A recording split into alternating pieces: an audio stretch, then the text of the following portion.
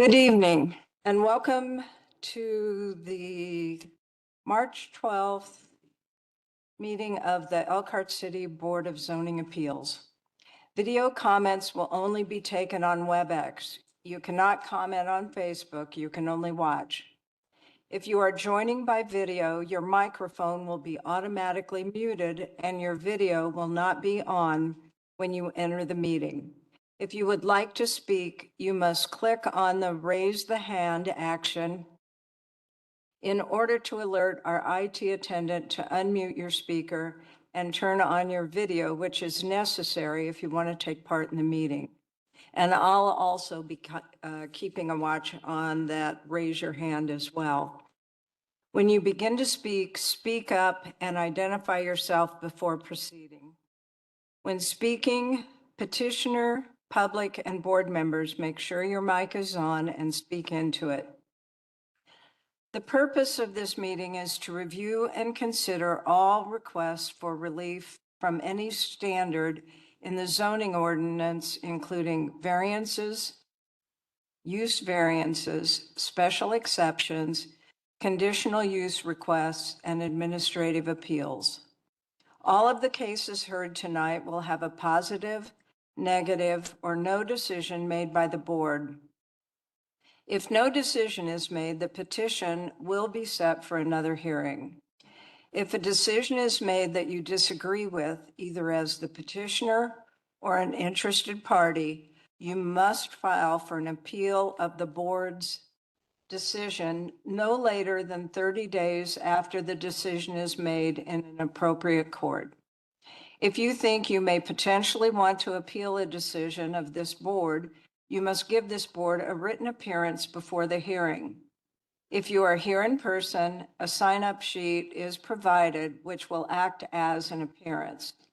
You should sign the sheet if you want to speak, but also if you do not wish to speak but might want to appeal our decision. If you are appearing by WebEx, please put your name and address in the comments section. A written petition that is set for hearing tonight satisfies that requirement for the petitioner. If you file your appeal later than 30 days after the decision of this board or give no written appearance tonight, you may not appeal the board's decision. Because the rules on appeal are statutory and specific on what you can do, the board highly suggests you seek legal advice.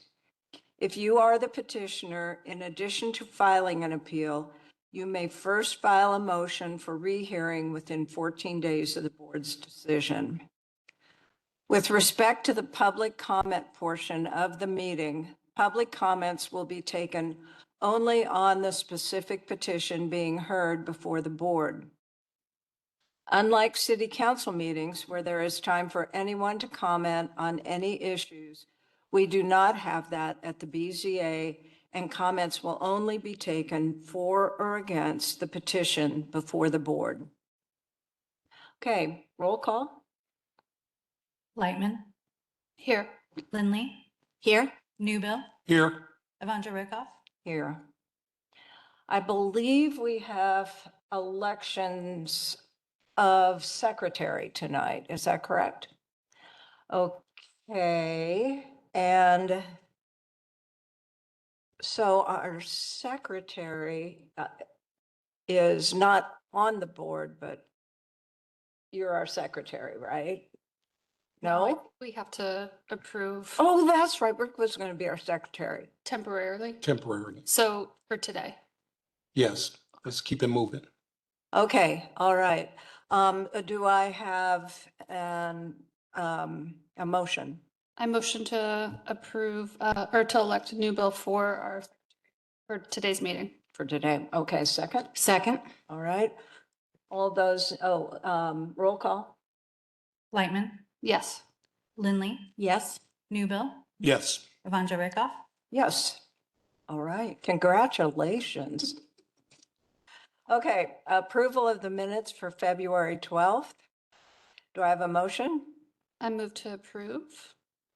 Second. Roll call? Lightman. Yes. Lindley, Yes. Newbill, Yes. Von Richthoff. Yes. Approval of the agenda for tonight. Do I have a motion? I move to approve the agenda for this evening, March 12th. Second. Roll call? Lightman, Yes. Lindley, Yes. Newbill, Yes. Von Richthoff. Yes. And finally, approval of the proofs of publication. Do I have a motion? So moved. Second. Roll call? Lightman, Yes. Lindley, Yes. Newbill, Yes. Von Richthoff.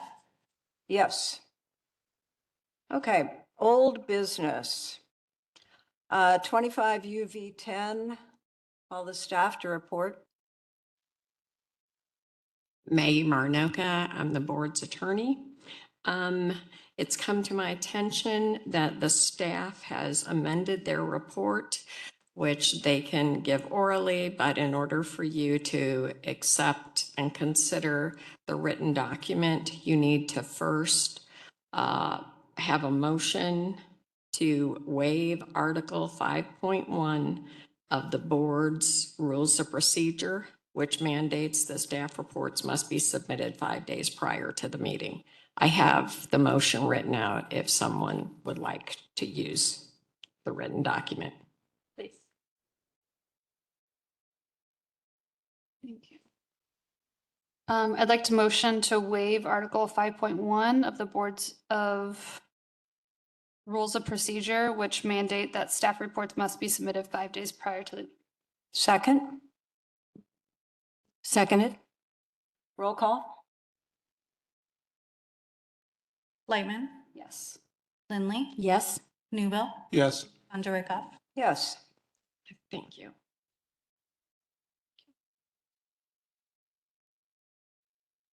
Eric, you can go ahead and provide it to the board and to the petitioner and any other copies anyone else in the audience would appreciate. Okay. Let's depend on the one. Okay.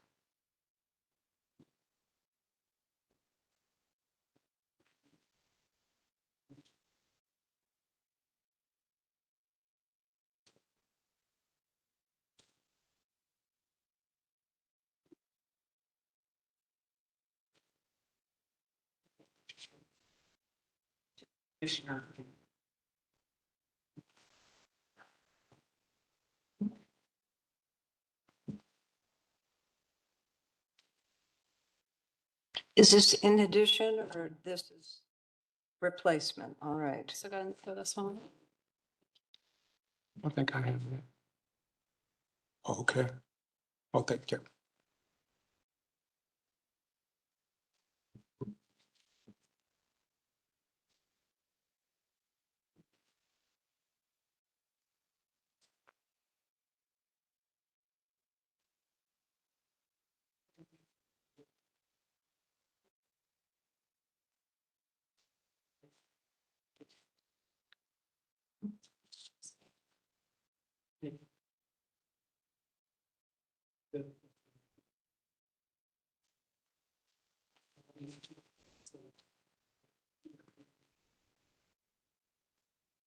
You're not going to.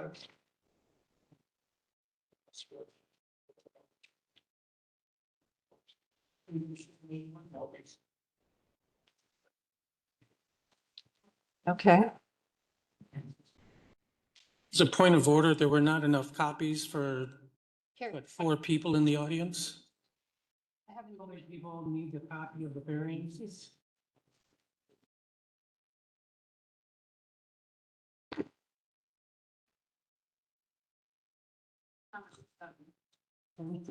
Okay. This is 25 UV 10, an amended staff report. The petitioners Nicole Hogendobler. The site location is 1746 East Beardsley Avenue. The request is to vary from the uses found in section 4.2 permitted uses in the R2 one-family dwelling district to allow for the construction of a 1 accessory dwelling unit. Also to vary from section 26(1) B8A, which states in part accessory buildings on property occupied by 1 or 2 family residential uses shall be limited to a maximum floor area of 720 square feet for the largest structure with a maximum total of 840 square feet for all accessory buildings combined. To allow for the proposed accessory dwelling unit at 748 square feet, where the maximum of any one accessory structure is 720 square feet, a variance of 28 square feet. To also vary from the maximum total of all accessory structures of 840 square feet to allow for a total area of all accessory structures of 1,148 square feet, a variance of 308 square feet. To vary from section 26(1)(b)(8)(a), which states in part a maximum of 2 accessory buildings is allowed on each lot, to allow for the total of 4 accessory buildings, a variance of 2 accessory buildings, including the proposed accessory dwelling unit. To also vary from section 26(1)(b)(11), which states no accessory structures shall be used for permanent or temporary habitation, to allow for the accessory dwelling unit to be used for habitation. Okay. Call the petitioner forward at this time.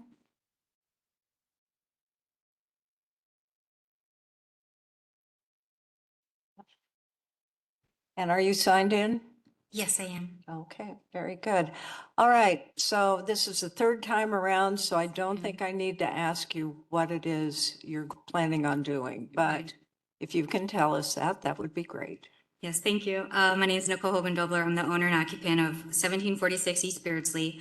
As presented and approved on October 9th, I petitioned to add a mother-in-law suite to my property. The home's approximately 56 feet by 13 feet 4 inches and 748 square feet. It's going to be occupied by only my mother, does not require separate mailing or street address, and is hooked up to my existing utilities, just as was conditioned on my approval. Nothing's changed since my previous 2 presentations, except for the fact that the home's now placed and hooked up in my backyard as approved by the board. The home that's placed in my yard is a home that was presented. The floor plan that was presented to the board and now to news and to Facebook has the manufacturer's name in the top corner. There was no misrepresentation of the home to be installed, nor was the type of home ever in question. Before coming to the first board meeting, I did speak to the neighbor on the right of me that was featured in the WSBT News article, and she was all for the home being placed and even met my mom. I had no idea the home would be placed as high as it is. That happened due to the regulations city placed on us to have a cement crawl space underneath the home. Although the responsibility of informing any neighbors was not mine, that was the city's responsibility, I did consult with her out of respect before breaking any ground. Failing to inform anyone within 300 feet of my property was not my responsibility, and I had no clue that that was even part of the process. That mistake has nothing to do with me, though I am currently the one feeling the punishment for that mistake. The people behind me, including a councilman, have gone to social media and the news falsely calling me a liar and accusing me of duping you guys. The process from the beginning up to this point started with me asking the city questions. Am I allowed to do this? Is it even possible? Is it legal? All my questions were answered with a yes, which is why we're at this point. Everything that's been completed has been approved by the city step by step. I wouldn't have been able to get any permits without first getting approvals. I've done everything I need to do to be compliant, and I've gone through all of the proper channels. It was expressed in the last meeting that I was trying to make everyone look stupid because the contractors magically showed up to dig the trench after the letter stating an error notification had occurred went out. The home was installed on January 21st and 22nd, and the trench was not done until February 18th and 19th. This is true. The contractor should have been completely finished with the home in January, but due to the weather, the ground was too frozen for them to proceed. Due to no mistake of mine, the process was delayed.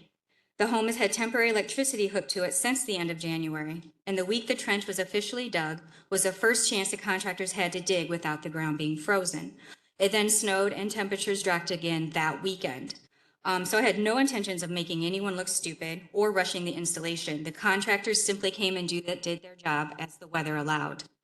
A lot of the concerns expressed at the last meeting had nothing to do with the 3 variances before the board today. The variance before us today are how many ADUs I'm allowed on my property. Section 4.2 allows for only 2 accessory buildings, and I'm asking to keep 3. How many square footage the new ADU can occupy. Section 4.2 allows a maximum of 720 square feet for an individual ADU, and the installed accessory building currently occupies 748 square feet. That's a difference of 28 square feet. And third, if the ADU can be lived in. Section 4.2 does not allow for habitation of an ADU. And I, of course, am asking that my mother be allowed to live in the accessory unit that's in my yard. Strict adherence to the zoning ordinance requirements will create an unusual hardship for both me and the occupant, my mother. The home is currently installed due to already receiving approval from the board.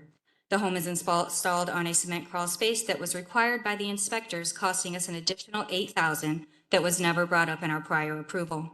My mother has already closed on her current home and is technically a squatter. We've been lucky enough that the people that bought her home are allowing her to stay until her home is ready, although now she is having to pay rent and a house payment. My mother has a chronic health condition that will worsen over time and require her to have more assistance as she ages. This was another issue that was called a lie. Never in any of my presentations did I say my mother was already disabled or that she was unable to maintain a job. I've repeatedly said that she occasionally needs help now and that her condition will worsen, requiring more and more assistance. Yes, she works a 40-hour week. That's why she needs assistance sometimes. After a 40-hour week, it's hard for her to do a whole lot when her condition is flaring. Having her live so close to me will allow for her to receive timely help when needed and allow her to be taken care of as she ages, and allow me to be able to ensure she's safe, healthy, and healthy as she ages. The councilman said that I should have just taken her $100,000 and thrown her into one of his facilities when she reaches the point of needing assistance. I don't see my mother as something to be thrown away because things are failing. The standards considered for a use variance according to Indiana Code 36749818.4 are all true in this circumstance. The continued approval of my variance is not injurious to public health, safety, morals, and general welfare of the community. Those behind me are worried about property values and the home's maintenance in the future. Property values constantly fluctuate beyond anyone's control. I take care of my property. Since moving in, I've made vast improvements to the yard and landscape and have worked on improving the home itself by installing new windows and painting the porch every year. The added unit will be taken care of the same way. Just because it's a manufactured home does not mean it will be allowed to fall in disrepair. Any home is subject to look trashy if not taken care of. The use and value of the area adjacent to the property will not be affected in any substantially advanced manner because the home is solely located on my property away from the boundary lines. Yes, the windows of the home can see into my neighbor's fence, but the windows in my main home can too. The need for the variance arises out of a condition peculiar to the property involved, and the strict application of the terms of the zoning ordinance will constitute an unnecessary hardship if applied to my property. This is now more true now than it was when I received the first approval. My original proposal was that if my mother was not allowed to reside in the home, she may not receive the help and care she needs as she ages in a timely fashion, which could lead to more serious circumstances such as loss of independence or major health problems that could have been prevented. Because we received approval, the home is now already installed and her home is sold. Around $100,000 has been spent on this project, and the hardship that would be caused by reversing the prior approval is even more substantial now than when this process started in October. The approval does not interfere substantially with the comprehensive plan. The addition of the home does not interfere with any type of transportation, safety, or needs. The city needs housing at every level, and this request helps to promote increases in housing options and will help chip away at the shortage in this community as outlined in the Zimmerman-Volk housing study. In closing, I respectfully ask the board to keep the objections that are about to be expressed focused on the actual variances before the board. How many ADUs, the square footage of the ADU, and the occupancy of the ADU. I pray you stand behind your first approval because everything that has been done up to this point has been based on that approval. Thank you for your time. Thank you. And thank you for the pictures as well. I drove by today and these are a good representation. Sorry, I started to walk away. Yes. All right. Do we have any questions from the board? Yeah, I have one question. You had mentioned that you were required to put this on a slab, and that does have what kind of basement to it? It has a crawl space underneath it, yes. Crawl There's space. kind of a picture in there. It was kind of hard to take, but there's a crawl space. You can actually get under the house. So those are not skirts, that's a crawl. No, or not, sir. That's a crawl space. That's why the house is up so high. Is that why the additional 8,000? Yes. And that was you were told to do that by the city? Yes, we were mandated to do it. Yeah. Okay, thank you. How are you going to finish off the bottom. Are you going to continue with I think, aluminum siding? I think the contractor has all that stuff because we were told to stop, but I'm sure it's going to be finished off when they're done. Okay, it's not going to have like a skirt or something. If it does, I'll probably pull it off because that's ugly. Yeah, yeah, really. That is ugly. Okay, good. Any more questions from the board? Do you have any landscaping planned right now? Once my grass, Obviously not right now. 'cause Right. It's not time, but when. yes, I'm wanting to do a lot more. When I first moved into the home, the backyard was trash. Like I've put a lot into pulling out stumps, pulling out poles, and I had just gotten all the grass growing again. And I've gradually been moving. I'm wanting to do a whole lot more landscaping, but it costs money. I'm gradually, year by year. I've added a wall to my porch that's in some of the pictures. Like I did have a fire pit out there that was very nice. It got knocked down with the house, but like I plan on keeping everything nice and having it look very nice. Okay. Thank you. Thank you. At this time, I'll open the public meeting. Anyone to speak in favor of the petition? Anyone to speak in opposition of the petition? PCA members, thank you for this opportunity. I came up first. I'm sorry to jump ahead of people. However, And your name? David Hinkie, I'm the councilman for the area with which he inappropriately spoke. So if you would review the last meeting minutes, you will note that I offered that her mother had other options. Never, ever was the word thrown into a building ever implied. So she embellished and outright lied. And I would contend that's the same outright lies. There is no slab under this dwelling. We have the videos. It is cement block on and 4 piers to hold this steel structure. The videos have been shared with the city. There is no slab. Another embellishment and lie. So the petitioner outright lied once again. In here, it also states that there would be a tiny house constructed. It was not constructed on site. It was not modular built. It was supposed to face the street. It does not. That was one of the important factors. It does not have a separate address, therefore, it does not have trash service. As far as injurious to the area on public safety, it is on a known snow route without a curb cut, without extra parking. It's on an emergency snow route of this city, so it is injurious. The area also spoke to, and 2 realtors came in the last meeting and spoke to the harm to the area as far as AV. The average value of the homes in the area, if you will note, there are no other mobile homes in that area. There are no other mobile homes with mobile home skirting in the area. There are no other mobile homes with mobile home skirting sitting on blocks in somebody's backyard that does not face the street, or have a driveway, or have a walkway. None of that occurs in this district. I would contend that this is, as a city representative, very precedent setting. This area happens to be the one area of Elkhart that has larger than average yards, which means by allowing this, any lateral property or person that has an equal amount of square footage of yard can do exactly the same thing, and there's nothing you can do about it. You did that.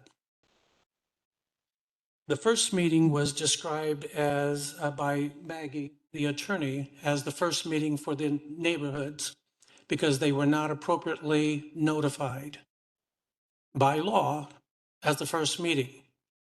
The presenter, the petitioner, was able to talk about the background of her mother, as she did tonight, talk about all those things, but wants to hold everybody else back to the 3 measures that you're allowed.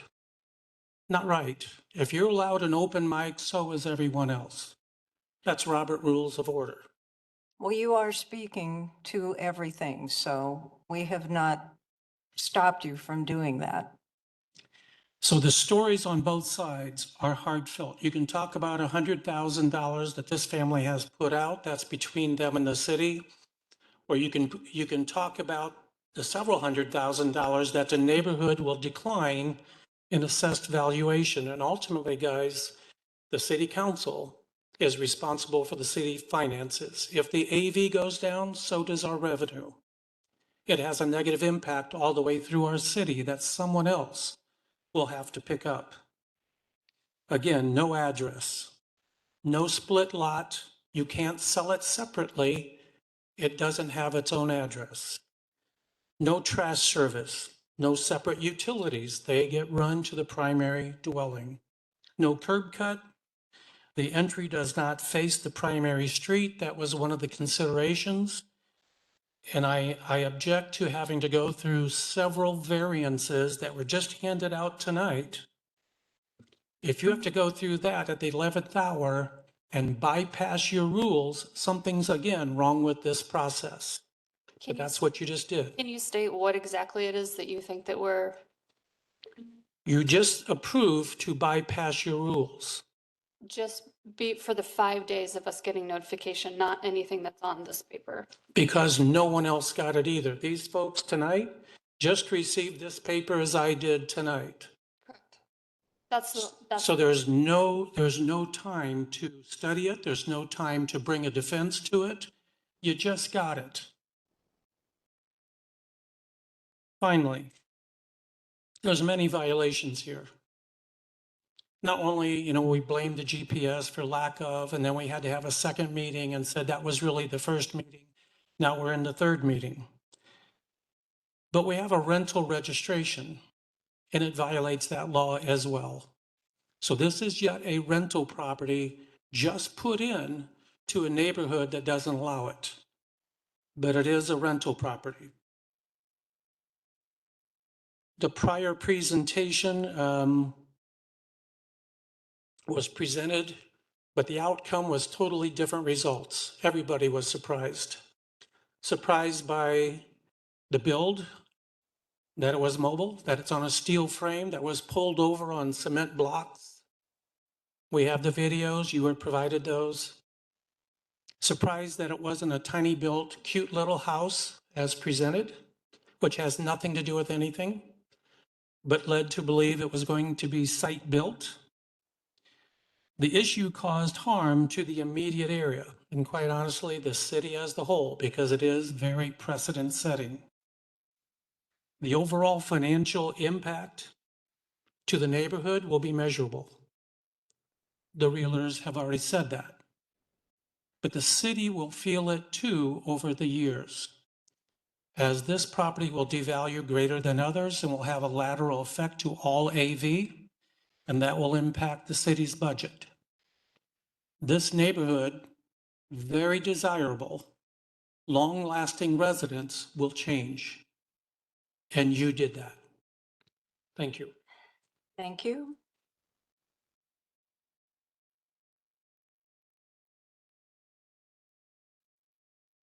My name is Christine Johnson, and I was at the meeting on Saturday, the 21st. So I've heard some of this.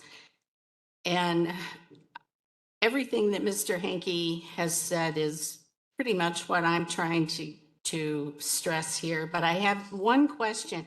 Is this what these pictures that just came around, is this what you were given as? That it's. I Terrain. can't see it that far away, Mr. Hinkie. Thank you. I just want to make sure that we're looking at the same one that. Okay, yes, it's the same. Okay, that's what you guys have seen. Is this? And this is before, this was from the original meeting, and that was before it was put in. I think most of us have now driven by and have seen what has been put up. Okay, that is my point. You see nothing other than the original property. Except Correct. we've driven by and Well, we've, right, I know you've seen it now, but I'm talking about October 9th. oh, When you were told you saw their original home and their side yard, mhm. just like that is with no accessory building on there. So I went back to that October 9th meeting and listened to it 3 or 4 times. And during that meeting, the only thing that I hear coming from the petitioner about this is build a home, tiny house, construction, mother-in-law suite, built per code, construction of detached dwelling unit. There's no mention in that meeting of a trailer rolling in there on its wheels at all. In fact, there was a gentleman in that meeting, a Mr. Mulvaney, I believe. He looked at something, and if it was that sheet, he said, "Oh, that's real cute. I've seen 2 of these in the last month." A tiny house. Now, I don't know if he was referring to the existing home of the petitioner, but that's the only home that's there on that sheet of paper. So you want to talk about misrepresentation? I think that's pretty expressive. The other thing that I question in this is why wasn't this stopped in January when that trailer was delivered? This makes no sense. Was the city in the dark on this? Were they not following up? Or were you condoning it? Because there are a lot of questions as to why that sat there and no one did anything to stop this. I think zoning needs to have more oversight. You have to be more thorough in your investigation. Your standards have got to be raised on this, especially if you're seeing this changing in a community. You have to have high standards. And more than just the item that's coming in or the structure that's coming in, you've got to get down to colors. Do you want someone to bring in a purple tiny house? I mean, I think this needs to expand from just something that sits on that lot to guiding it to assimilate into that neighborhood, that community. That has to be done to protect the existing homeowners that have lived there a long time. We've got people on our street that have lived in their homes for 50 plus years. And now all of a sudden there's this disruption. And you keep hearing about housing. We need housing. We need housing. Well, you don't need housing at the expense of the neighborhoods that are right there in front of us. And I think Elkhart has invested heavily into improving the city. You've got the development downtown, you have what's going on the south side, you have other areas, and they've done a great job. But you know what? That was, as I can see my typing here, it's upgraded. This isn't upgrading a neighborhood. It's different when you're going in with higher building standards as opposed to lowering standards in an existing area. And that's what's happening. Mr. Henke alluded to that with the appraisal values. This isn't helping these neighborhoods. The neighborhoods are valuable. And about a month ago, my husband and I went to a school board meeting and we listened to a unanimous school board vote to close 5 Elkhart schools. This is going to have an impact on the community. And if you guys lower the standards of the zoning ordinances, you're going to see that happen again. If the neighborhoods are sacrificed and they lack stability, these older foundations are going to disintegrate. Might not happen right away, but it's going to happen. And that neighborhood community is going to be torn apart. So I guess I'd ask you guys, before you vote, do you want a trailer next to you? I don't, and neither do most of these people here. Thanks. Thank you. Anyone else? We also need to remind you guys that we are only hearing 3 variances uses today. It's the square footage, adding an accessory building to the property, and then if that can actually be inhabited or not. So just so you know, that's all that we have control over. It is not anything else. That is actually Mr. Hinkie and the city council and stuff too. So please go on. Thanks. I'm Christine Crane, and I live catty corner to this property. I did speak at the last meeting, and I will cover a lot of that and additional comments. One of the first comments from the last meeting that occurred in February was that the attendees on the WebEx were muted. They didn't have a chance to talk. Now, I have confirmed, and the neighbor that the petitioner alluded to getting approval from is on and wanted to talk last time, but could not because she couldn't get unmuted. So I do appreciate that you gave clear instructions on how to do that this time. I appreciate that because I was going to ask you how to do that. And like I said, as the petitioner alluded, they went around and talked to neighbors and got approval to construct, to build. They did not say, hey, we're going to bring a mobile home in and put it here for my mother-in-law. No, that's not what they said. That's not what they said to you guys in October either. I watched the October meeting, and I know that you were there, Madam President, and you were overjoyed because it was going to be a cute, tiny little house. You know, I saw that, and yeah, if it would have been a cute, tiny little house, we wouldn't be here. We wouldn't have this problem. It's not. It's an ugly monstrosity of a mobile home. That is not what the neighbor thought that they were going to be doing. That is not what was presented at any time. In fact, I don't think that the petitioner has, again, used the word mobile home. She refuses to seem to use the word mobile home, even though that's what it is. So as I said, and I think we've already covered in some detail, one of the things that I notice is even the staff report alluded to the fact that they were told it was going to be built and constructed and that it would have the appearance of a house from the street. This mobile home does not have an appearance of a house. It has an appearance of a mobile home. If you've driven by it, you've seen from the street what it looks like.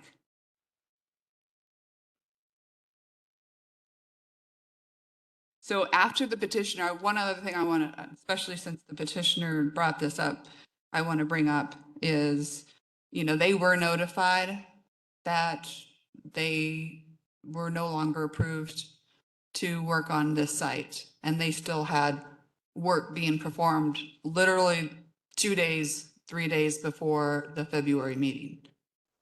And seems to have an excuse that, oh, well, you know, that was the only time they could come in to do it because they'd been put on, they couldn't do it in January because of the weather.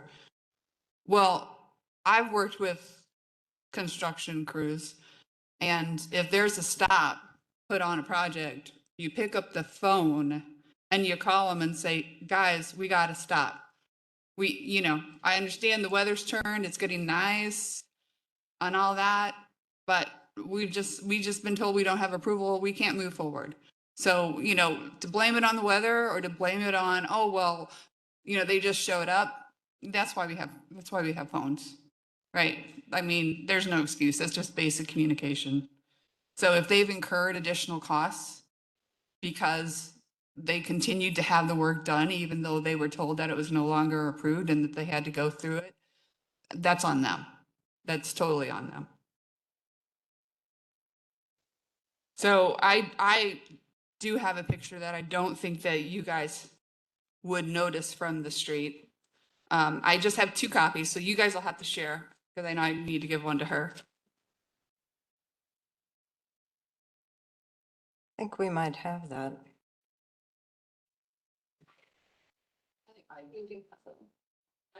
I don't know, that's, So that's the view from the neighbors. As you can see, Does that's not you, you're across the street, correct? that's not my view. That's the neighbor's view. She printed that. She can't be here. She's very ill. Okay. And that's her view of this. The structure is 13 feet from her fence. I was able to measure that with my laser measure that I got for Christmas. Yay. And, which is not what was indicated in the original plan. It was supposed to be at least 16 feet. Also, on the original layout of the plot, there was boxes to indicate the placement of and I'm sure it's in the packet now, of where the unit would be. As I said, it was supposed to be at least 16 foot for option 2. And there's only squares on there. There's no indication of where the front door is, right? The front door is literally facing the privacy fence of the neighbor. That's the front door. And the petitioner confirmed in the last meeting that that was the door and that would be the main door that they would be using.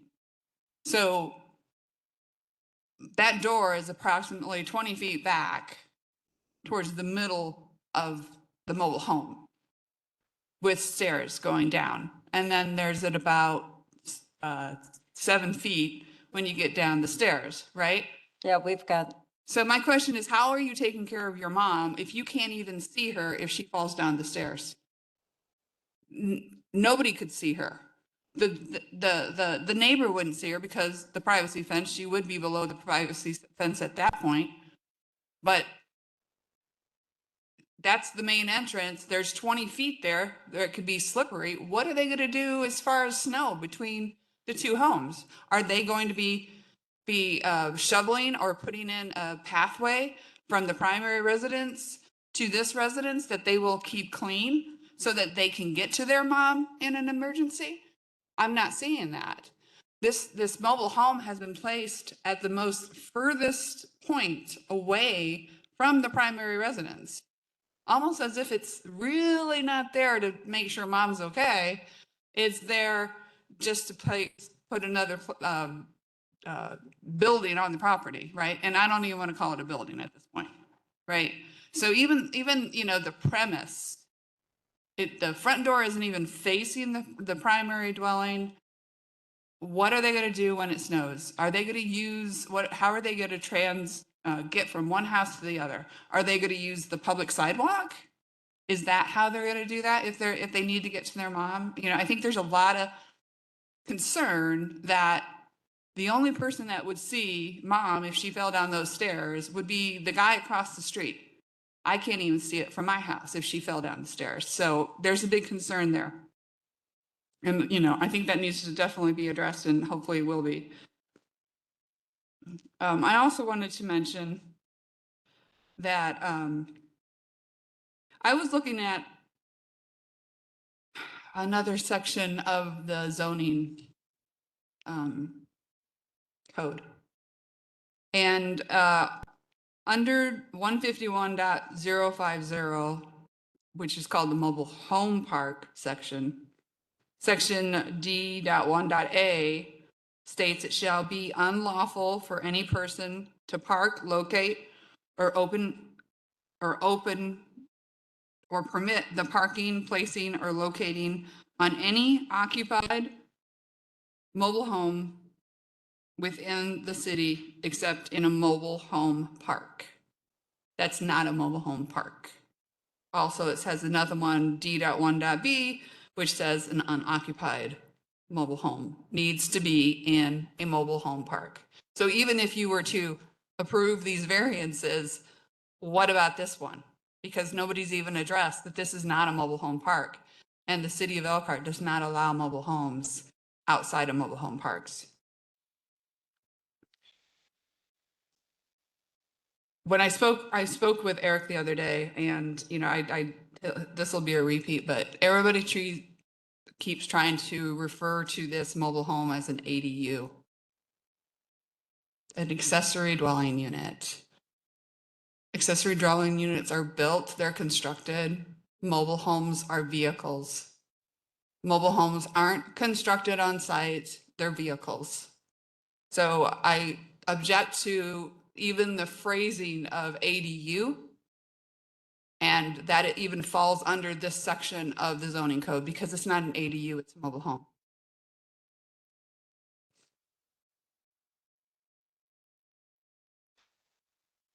Last, my sympathies towards this family circumstances diminished after the special meeting in February, when I was walking out and the petitioner tried to confront me for providing input into this meeting. I had been escorting another neighbor out who had already expressed to me that he was tentative about leaving because they were gathered outside the front door. And I was like, oh, I'll walk out with you. And I started getting yelled at on the sidewalk. I don't know if it's because I have a cane and maybe I looked like, you know, easy bait. I don't know, but it was scary. And I kept walking, and I said I would not engage, but he kept yelling. I was scared when I went home because this person literally lives catty corner to me, and I didn't know if he was going to come over and try to continue the conversation that I refused to have with him. So I do think that that's another concern that this board needs to consider. Is it's great that we get to have our public voices, but what happens after, especially when it's something that's this confrontational, that so many people are against, right? So many people are against this. And that if you were to approve this, it would tear the neighborhood apart. It would just tear the neighborhood apart. I don't want to feel scared in my house. I just bought my house. I just moved to this part of this to Elkhart and to this neighborhood because I loved the houses. My house, you know, the houses in the neighborhood, they're just so cute. They're just adorable. And I would have never bought this house. I never bought this house if there was a mobile home across the street. Absolutely not, because that is one of the first signs of urban decay. That's all I have. Thanks. Thank you.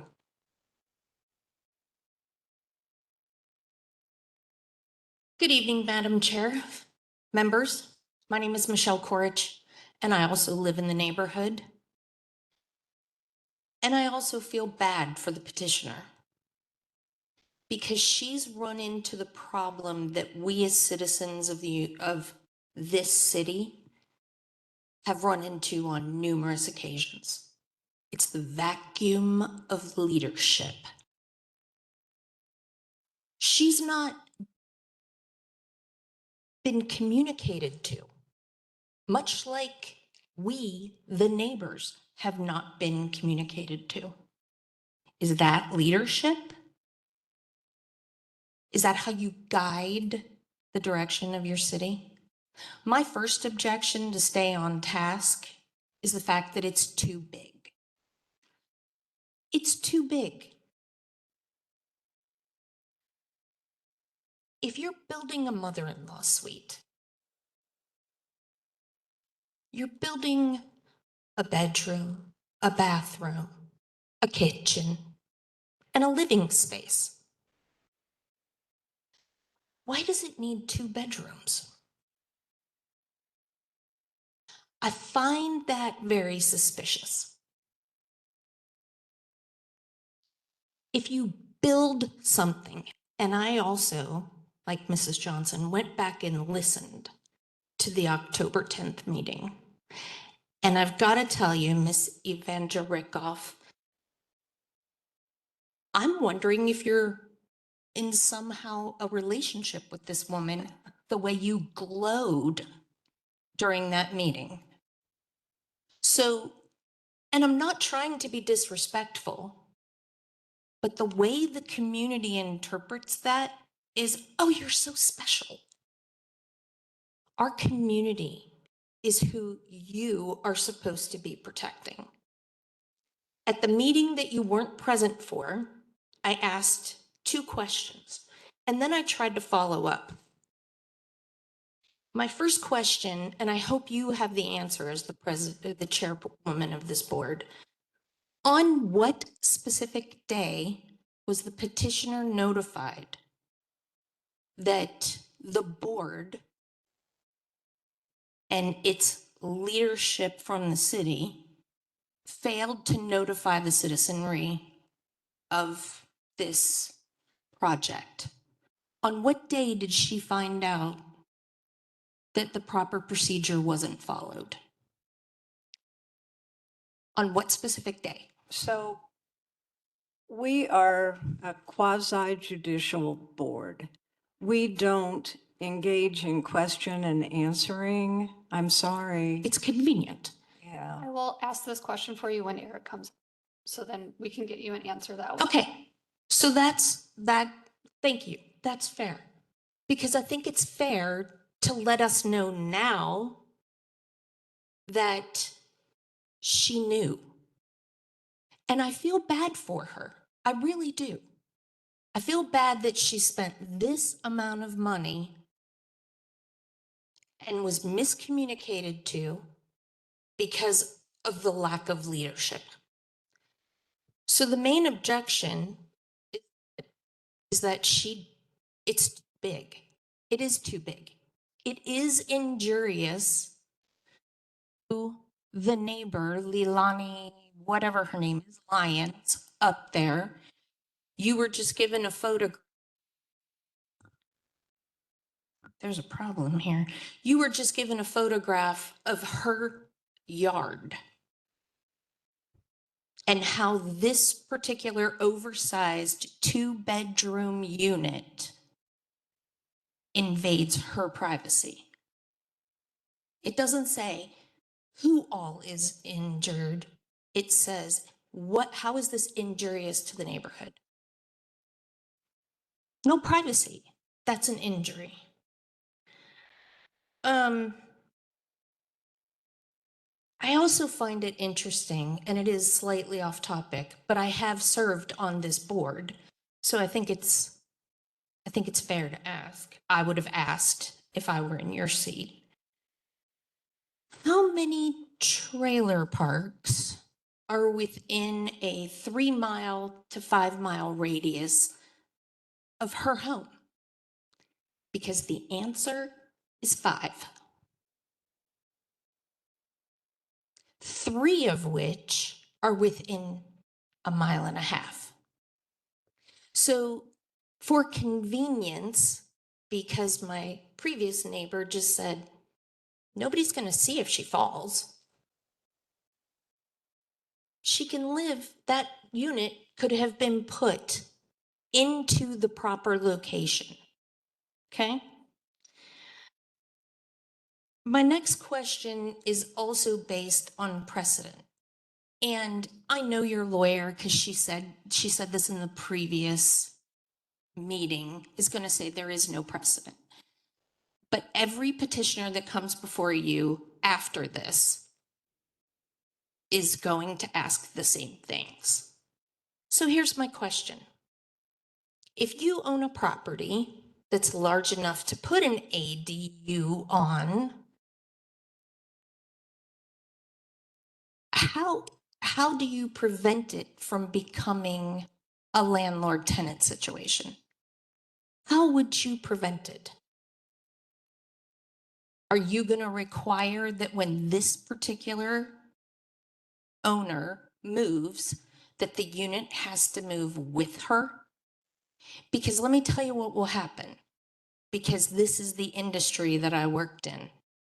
A landlord will look at this and go, oh, I'll add an ADU trailer to this property that has a big enough lot and I'll call it a mother-in-law suite or a sorry 30-year-old suite that can't find a job that allows them in this day and age to buy a home the way we did at 26 or 24.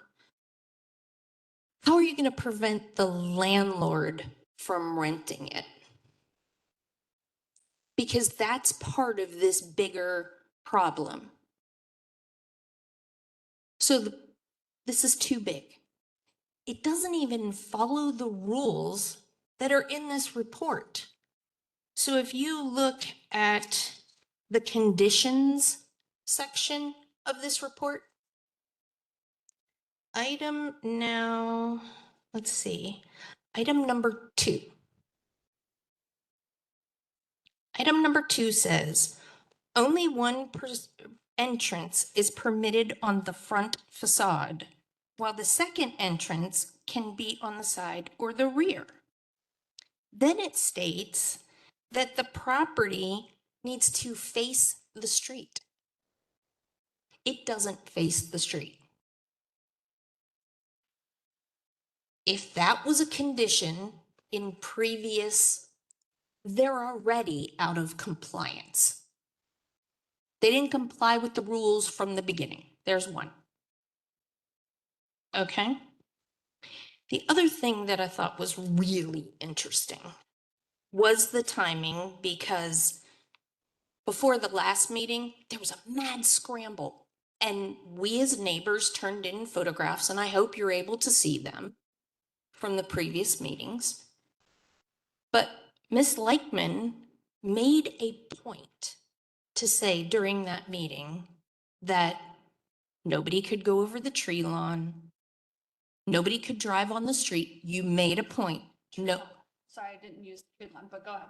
Well, over the curb, she said curb, there happens to be a curb, there happens to be a tree lawn, there happens to be a sidewalk, all owned by the city and the citizenry. The very next day, the very next Monday, I drove by, and I drive by this house on a regular because I live on in the neighborhood.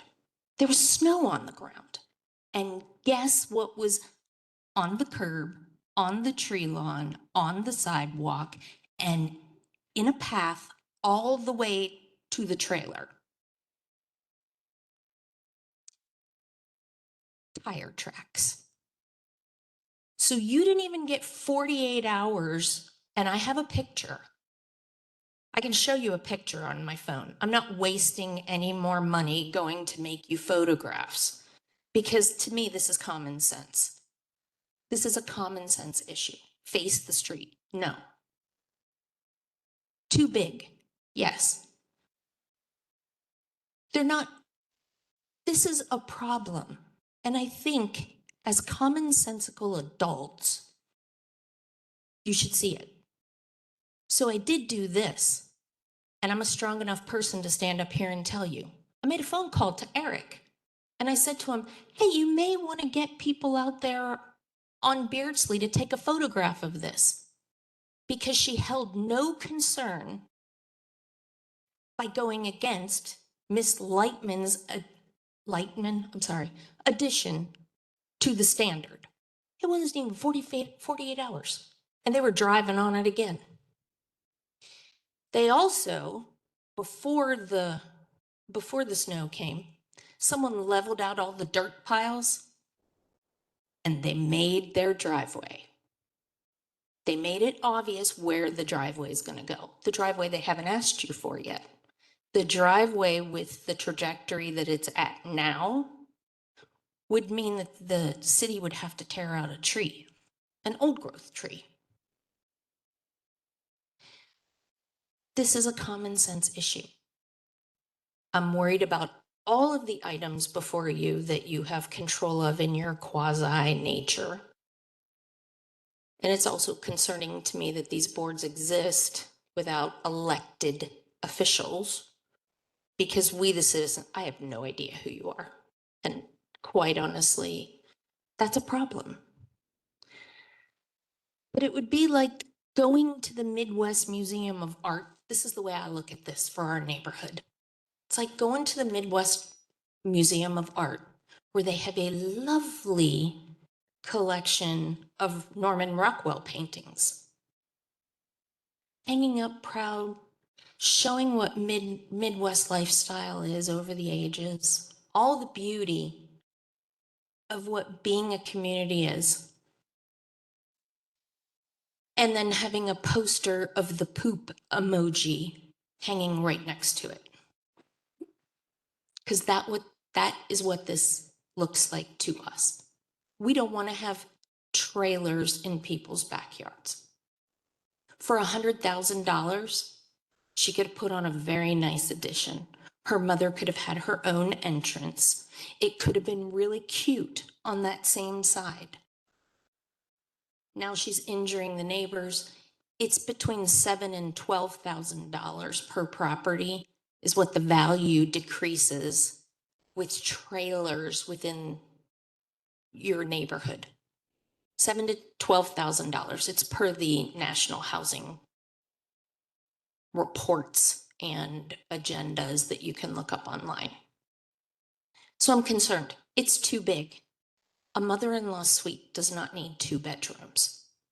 Doesn't need 2 bathrooms. What's the actual intent? That's what I'm worried about. And I think that's what my neighbors are worried about. Intent. So, thank you for your time. And I am interested in hearing that date. Because if it's prior to installation on January 21st and 2nd, according to the petitioner, and then the trenches being done for the sewage, which I also have pictures of where the city came out and approved, even though they knew that it hadn't met all the criteria. And there happens to be one of the city's employees online, or he was, who's supposed to, oh, he is. Oh, he left, I guess. Trent A. Vance had been watching. He's one of the city code enforcement officers. So I think it's important to know, because by February 10 and 11, she definitely knew. So I think it would be fair for the rest of us to know. Thank you. Shall we go to Ms. Lyons, who's on, online?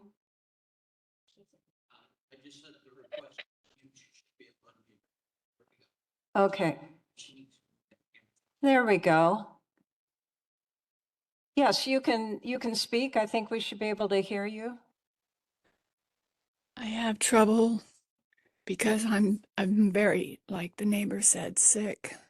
But I'd like to point out that Nicole said she talked to all the neighbors and told us what she was going to do. No, she did not. She didn't even know that the neighbors had been notified of this, and she was kind of shocked by it. And she made it sound like she was building a sweet little house for her mama in the backyard, and I agree to that, a stick build from the ground up. So what I'm asking you, since we're only here for 3 things, is to object or vote against the inhabitation of the AVU, is that what you call them, or whatever, the mobile home in the backyard. I want it moved. I don't mind if she builds. It wasn't my intention to stop all of that. It is my intention to protect my privacy, which I have lost 100% in my backyard now, if she moves in there, and to protect the value of my home and my neighbors' homes. And that's all I really had to say. I would like you to vote against the occupancy of this unit. Thank you. Thank you very much. We appreciate you getting on when you're not feeling well. Anybody else who'd like to speak? My name is Bob Barnes. I live in Elkhart, and I drove by this because I'm really against putting mobile homes in in established neighborhoods. So I did something that I clocked how far from this property that they put this mobile home on to the nearest mobile home park on Oslo Road. And it's less than a mile. There's two of them. They're on the west side of Oslo Road there. And I don't understand. And it's almost like these people, the petitioners have been being coached how to dance around a variance or dance around zoning, or, we're not here to play on people's sympathies. I'm an elected official here in Elkhart County. We are supposed to protect our citizens, protect their constitutional rights, protect their property rights, and also protect their quality of life. And I don't understand how somebody was allowed to put a mobile home, and that's a mobile home because it's on a steel frame. They say that the state statute says you can't discriminate against manufactured housing. So when I was here on that Saturday morning, I asked the board that was present if they knew the difference between manufactured home and a mobile home. I didn't get an answer, but so I explained to them. A mobile home is built and constructed on a steel trailer with axles.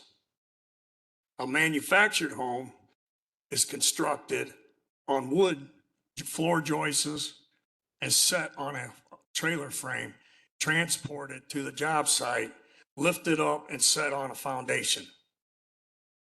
This does not constitute a manufactured home. And I understand the plight and all the sympathies, but as the lady that lives right next to this property, I wouldn't want to live in her house. She has no privacy now. And that's an established neighborhood. And why would our city allow this to even happen? It just blows my mind. I can't wrap my head around it. But I'm just giving my opinion of what I think. This will not happen in my neighborhood. And if it does, there'll probably be things brought to the attention of the city. Because I would not blame the neighbors here to bring a lawsuit against the city for this, if that was in my neighborhood. That's all I got. Thank you. Thank you.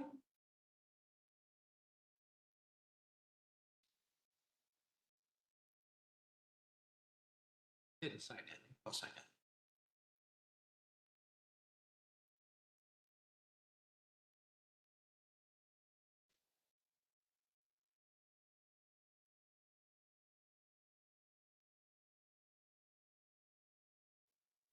Okay, my name is Adrian Byers, and I'm on 1779 East Beardsley is my home.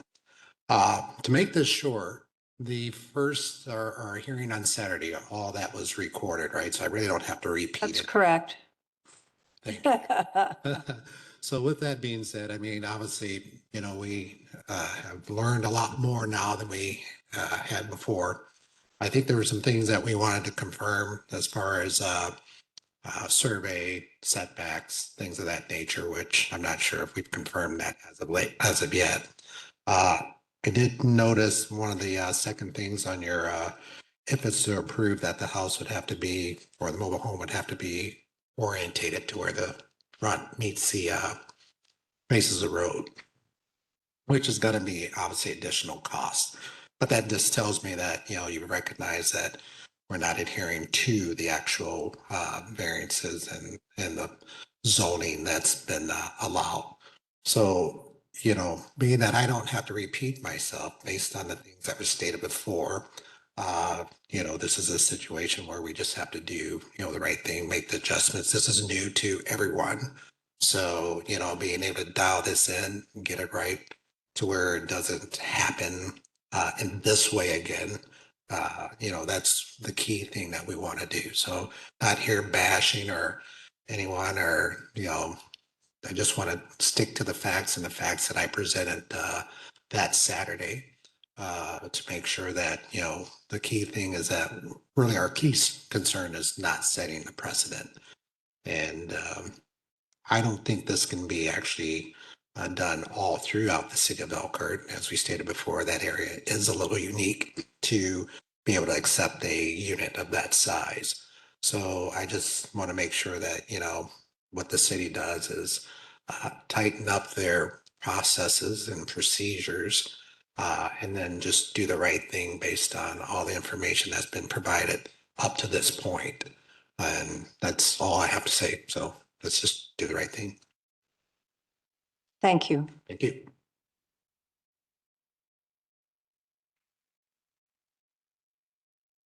Anyone else?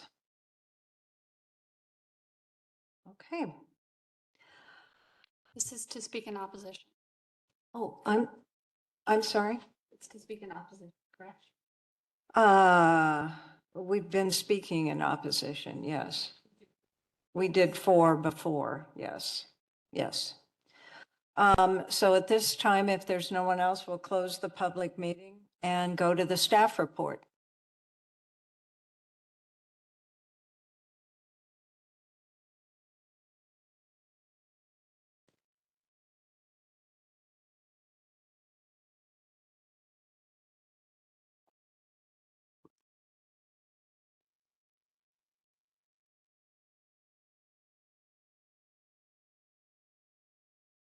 The petitioner is requesting a use variance to allow for the construction of a detached accessory dwelling unit that is 748 square feet in area.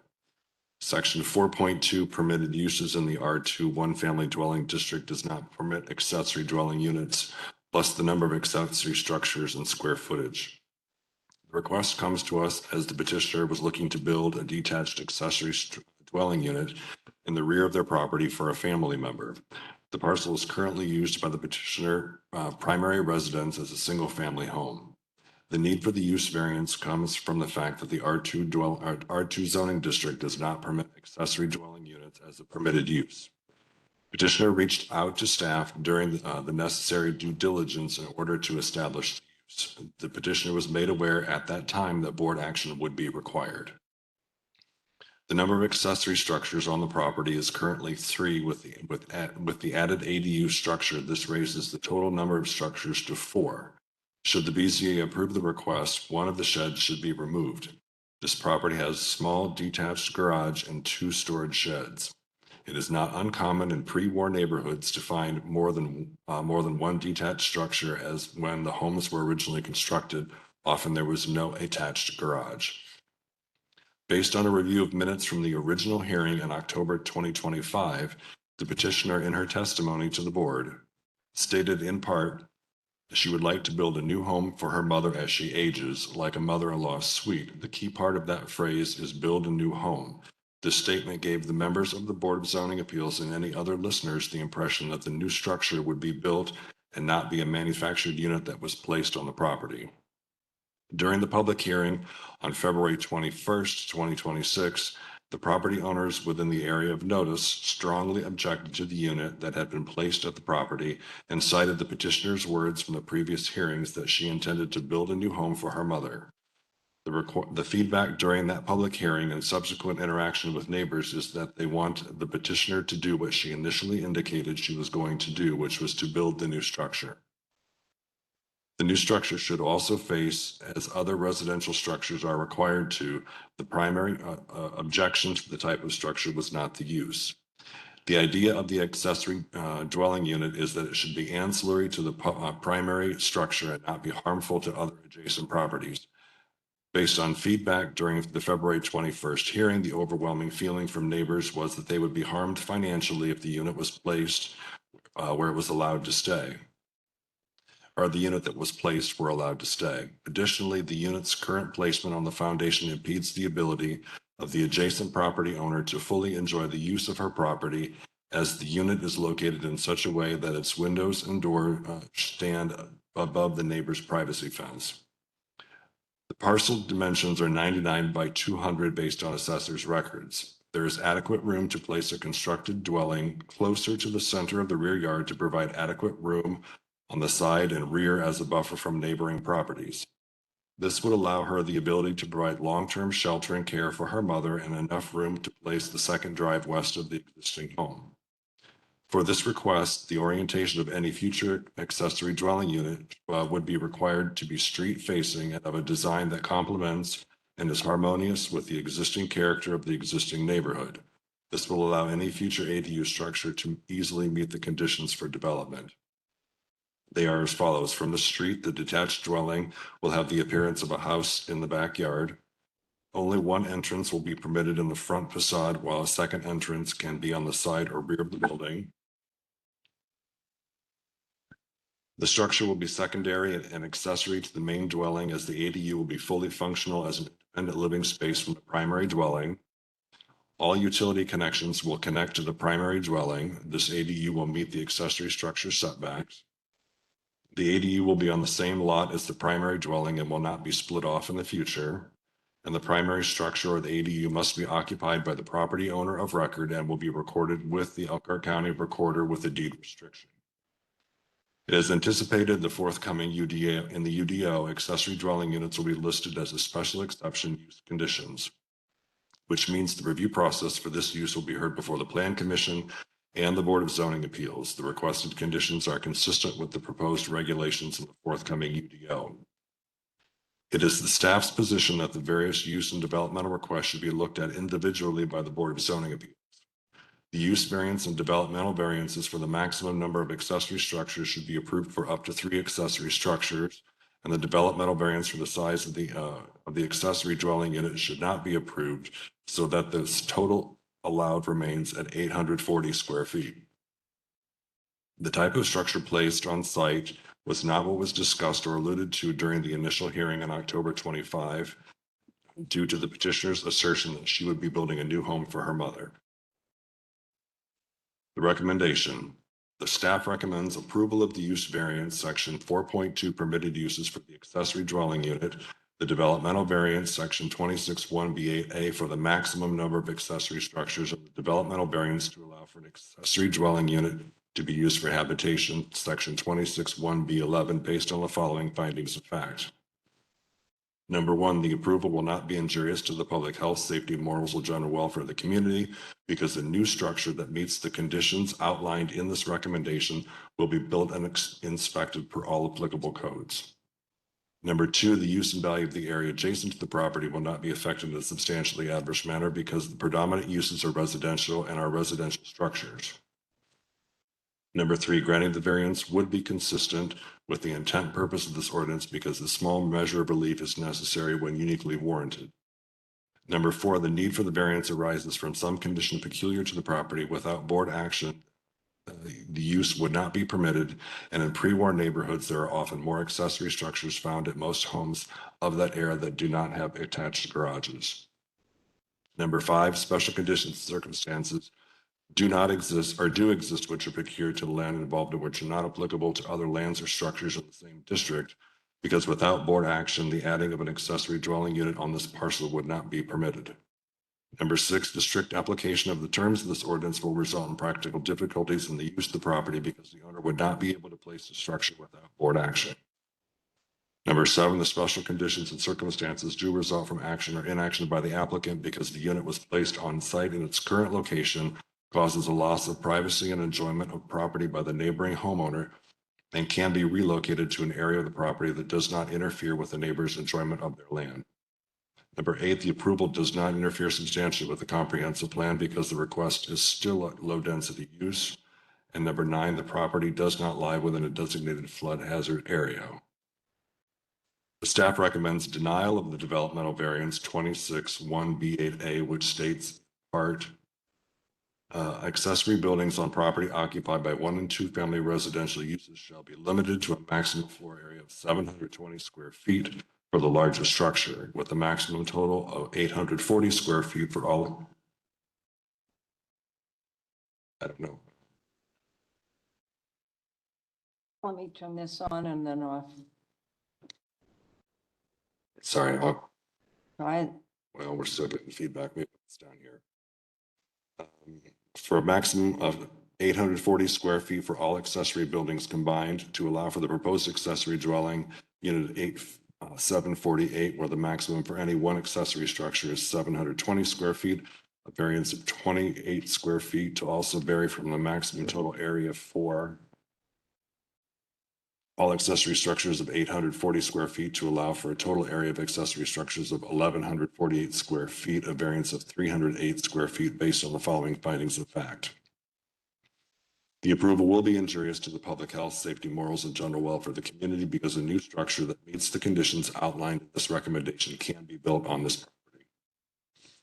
Number two, the use and value of the area adjacent to the property will be affected in a substantially adverse manner because a more appropriately sized accessory dwelling unit can be placed on the property. Number three, granting the variance would not be consistent with the intent and purpose of this body. This body can review development proposals within the city by regulating in part the location and area of buildings. Number four, special conditions and circumstances do not exist which are peculiar to the land involved and which are not applicable to other lands in the same district because an ADU meeting the allowable area can be placed on the property. Number five, the strict application of the terms of this ordinance will not result in practical difficulties in the use of the property because an ADU meeting the terms of the allowable area can be placed on the property. And number six, special conditions and circumstances do not result from action or inaction by the applicant because a smaller stick-built structure can be accommodated on the property. And number seven, the property does not lie within a designated flood hazard area. Conditions. If the board chooses to approve any of the requested developmental variances, staff recommends that the following conditions be placed upon the approval. Number one, the primary facade of the ADU shall face the street. Number two, only one entrance is permitted on the front facade while the second entrance can be on the side or rear of the building. Number three, the ADU is secondary and accessory to the main dwelling. Number four, the ADU shall be fully functional as an independent living space and be stick-built construction. Number five, the ADU shall be on the same lot as the primary dwelling and not be split off in the future. Eric, can you hold on 1 second? Can cell phones be silenced in here? I hear something. Okay, please continue. I couldn't hear. Number six, must meet the primary structure setback as the minimum for accessory structure setbacks. Number seven, the ADU shall not encroach on the privacy of neighbors. Number eight, the ADU shall be located within the property so as to accommodate the addition of a driveway because on-street parking is not permitted. Number nine, primary structure or ADU must be occupied by the property owner of record. A deed restriction shall be recorded with the Elkhart County Reporter. Number 10, the utility connections must connect with the primary dwelling. Number 11, the removal of one shed from the property to allow 3 total accessory structures. Questions? We were provided. Oh, pardon me. We were Yes. provided additional comments. These are in addition to our Saturday meeting.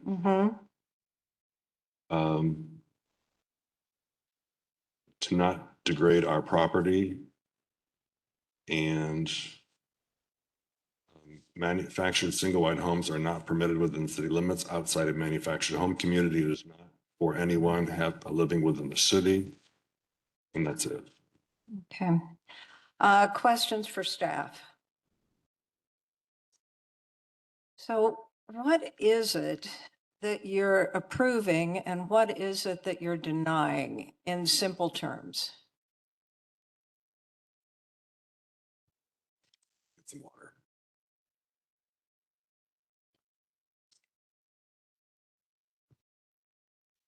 We are recommending denial of the square footage variance request. You're recommending what? I'm sorry, I've had a lot of dental work done. I apologize.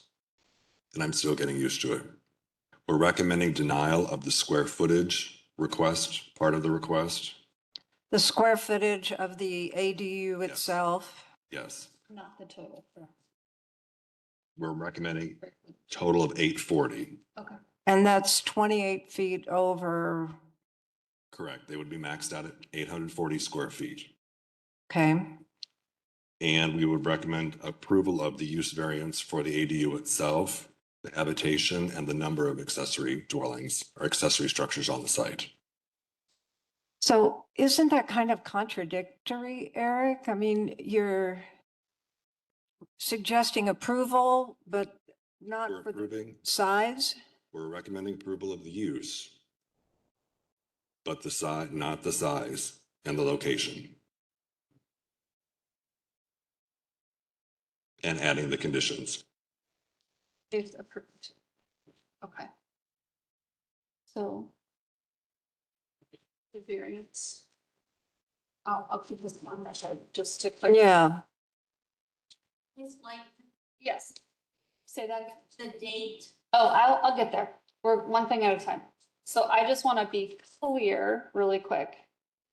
So currently, for all accessory dwellings combined, 840 square feet is what is allowed. So that is what the staff, no, that's not all. That's the ADU. that's everything included. All accessory dwellings can be 800. I thought that was 1,200. Oh, okay. So staff is recommending denial of the square footage, correct? Maggie Marnoka, board's attorney. The total square footage allowed for all accessory units is 840. Okay, She requested a variance of 308 square feet Okay. with the building. There, it's twofold. There's the maximum total, right, and then there's the maximum for one. right. And the maximum for one, she was asking for a variance of 28 28. square feet. And, Okay. and so if she were to take down both of the structures, leave the garage and have her ADU, is that what you're thinking would be the,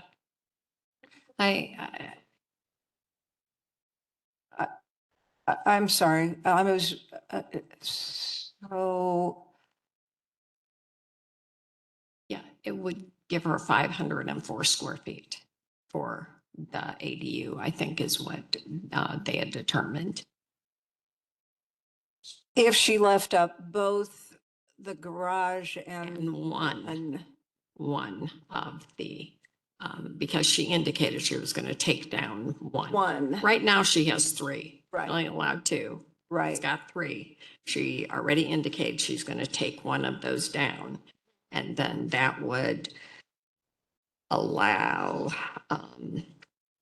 530 540, I think, or no. is. What if she took down both of the outbuildings, left the garage? And I think that adds 64 square feet, something like that. Yeah, it still is less than what is there. Okay. So basically, you are suggesting that she needs to reorient so it's facing the street and that it can't be the size that it is? Correct. And then the conditions, just to help you work through the legalities of this as the board's attorney. One of the conditions that they're recommending is that it be stick-built. Okay, So the unit as is would not be able to remain because it would be too large. And a replacement unit, if the board approves, would have to also have all of these conditions. Do you see Okay. what I'm saying? It would I be do. eliminated based on the size, right, but all these other conditions, if the board finds them appropriate, would have to apply for another ADU. okay. I'm trying to think how we make this, I can explain that to you. how we make the motion. Mhm. Okay, that sounds, At the start, my page, could I see yours? Because my pages are different. I printed mine in large type. Um,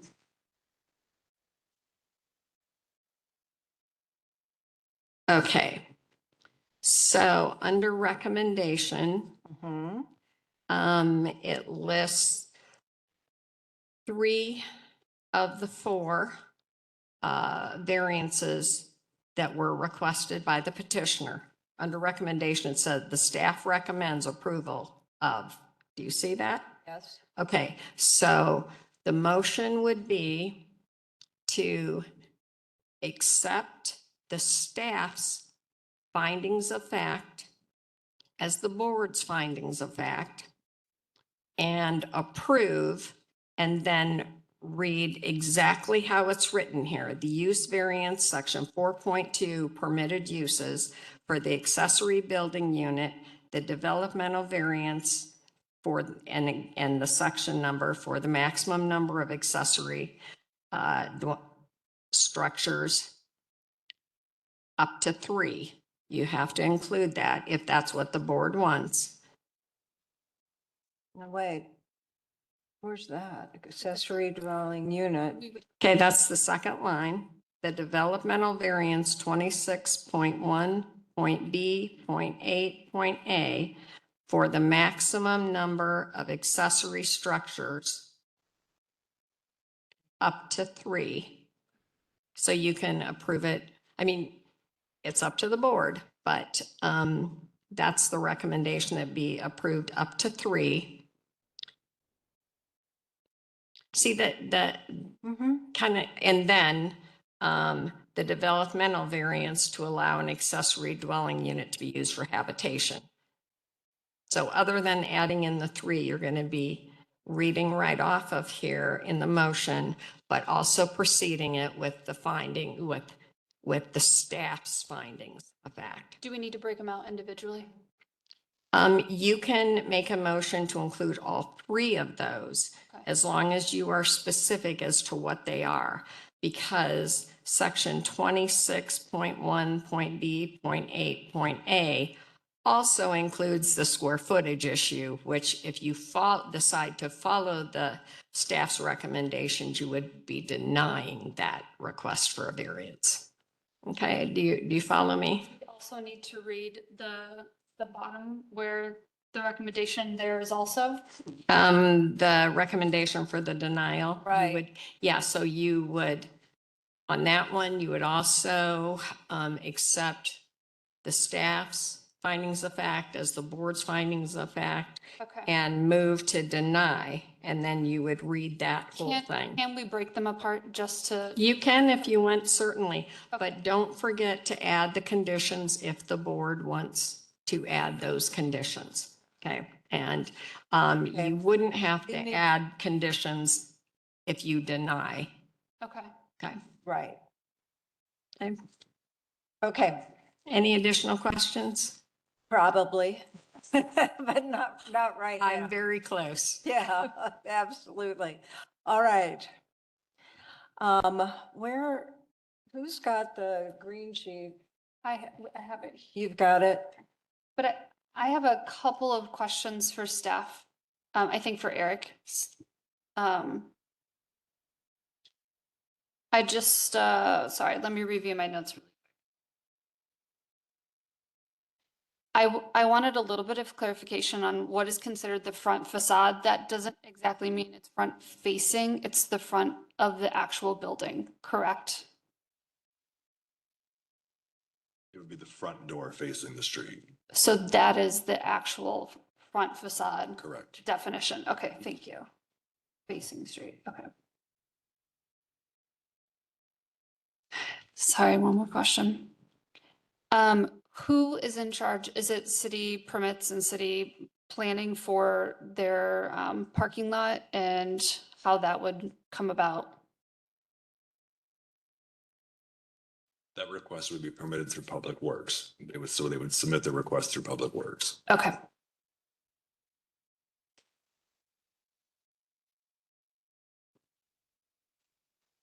Yeah, that answers my questions. Thank you.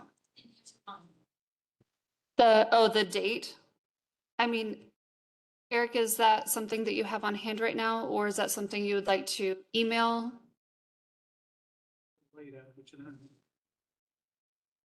I mean, that isn't something that we're actually, Voting on, it is not. yeah, it's not something Um, that we're, I can tell you that as far as I know, staff was totally unaware of the notice issue until after the home was placed. Okay. Anyway, and we start getting phone calls, not me personally, but they start getting phone calls and then start looking into it.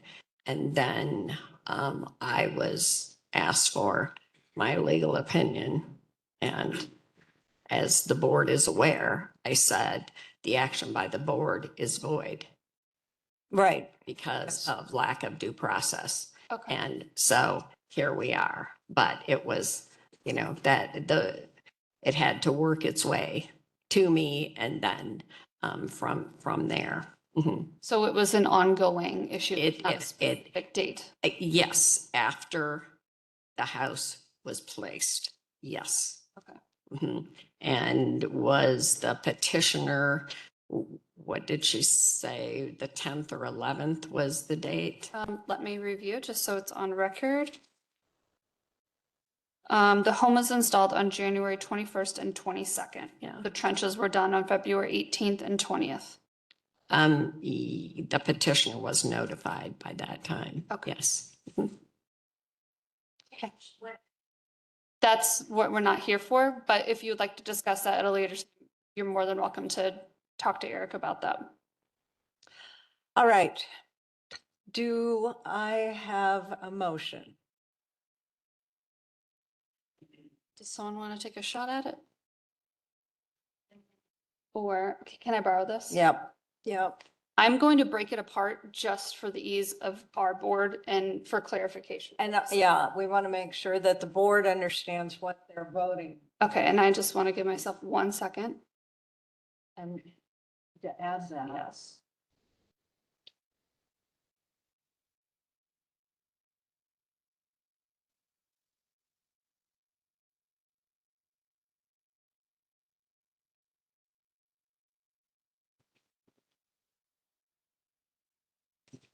Okay, Maggie, may I ask you a question? I just want to make sure I read correctly. Do I start with the, I move to approve, name out, the 25 UV dash and then go on to the specific variance? Yes, okay.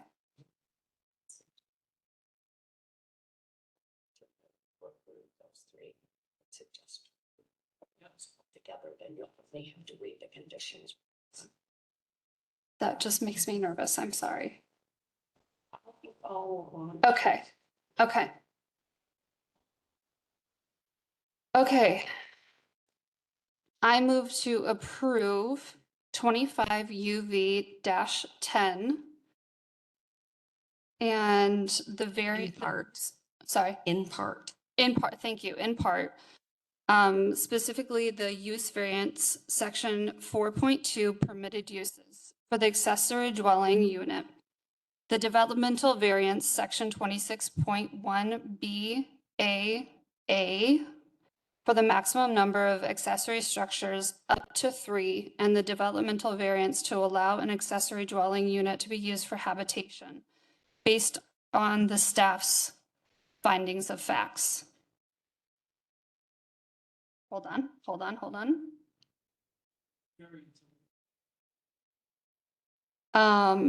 I would like to adopt the petitioner's documents. No. Sorry. The staff's findings of fact. Okay, oh, okay, sorry.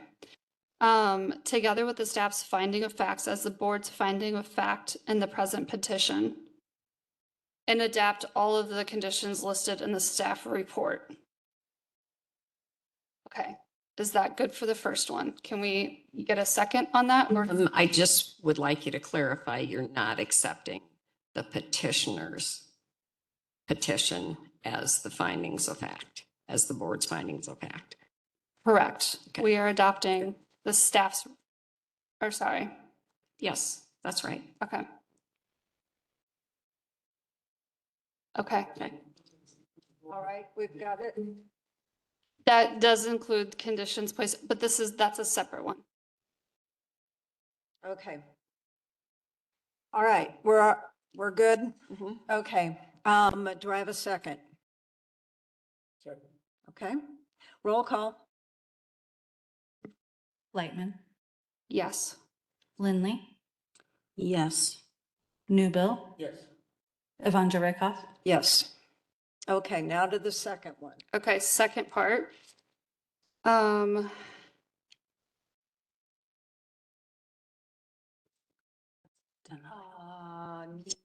No, I don't think so. This is again in favor of the denial.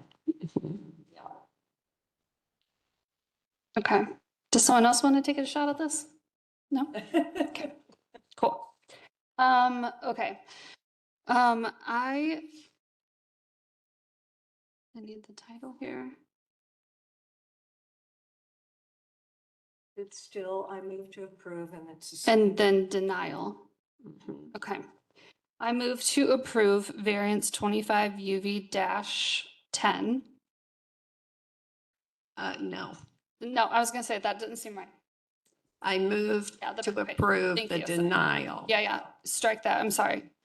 I move to deny 20, Approve the denial. would you like to do it? No. I'm like, someone else please do it. Can you handle it? Thank you. Sorry, it's very confusing.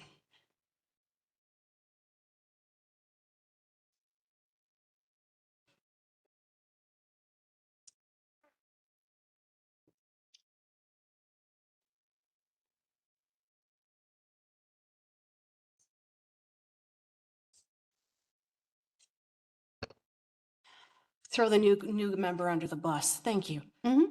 Okay. Make sure I get my numbers right after all this. I move to deny 25 UV-10 in part and adopt the staff's findings of fact as the findings of fact in the present petition. The staff has recommended denial of development variance, section 26(1)(b)(8)(a), which states in part, accessory buildings on the property occupied by a one or two family residential use shall be limited to a maximum floor space of 720 square feet for the largest structure, with a maximum total of 840 square feet for all accessory buildings combined.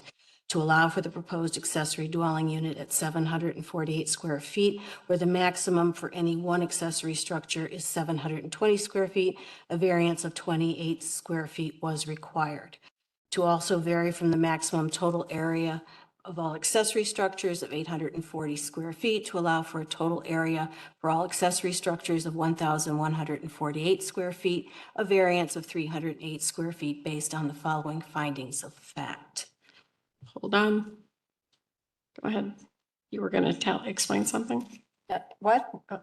I was going to Okay. what? We also need to do the conditions. At this point, you need the board to accept the staff's findings of fact. Okay. You don't have to read them. You just need to accept the staff's findings of fact and adopt them as the board's findings of fact. Okay. Okay, and I did that too early in my statement. No, you're fine. Just go on. Okay, based on the information presented to the board, I move to deny UV 25-10 because of the following conditions or conditions that have not been met. Am I close on it? You want to accept the staff's findings of fact as the board's findings of fact. I thought I already said that. No, you Okay. did not. Sorry. And move. Say and move. And move to adopt the staff's findings of fact as the findings of fact in the present petition. The board's. As the board's finding of fact in the present position. Okay. I second. Okay, are we good? They There are. are no conditions on a denial. What's that? There are no conditions on a denial. Not on a denial. Okay, there's no, We're on the first one you voted on. the conditions are on the first. And they're on record. Okay, roll call? Lightman, Yes. Lindley, Yes. Newbill, Von Richthoff. Yes. Okay, now, If I may, I'd like to take a roll call just to be perfectly clear. I'd like, each of you voted to deny the petition. I would like to ask you if your vote is based on the staff's findings that you adopted. Mr. Newbill? Yes. Ms. Lightman? Yes. yes, Yes. Ms. Lindley? Yes, sorry. Thank you. you're welcome.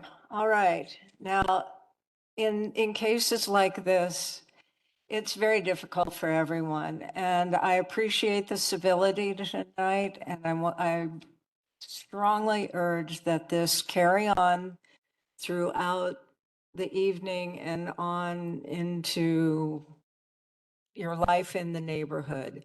I know that not everyone got everything that they wanted. It's very, very difficult to do something like this, and I think that we've done the right thing for the city, and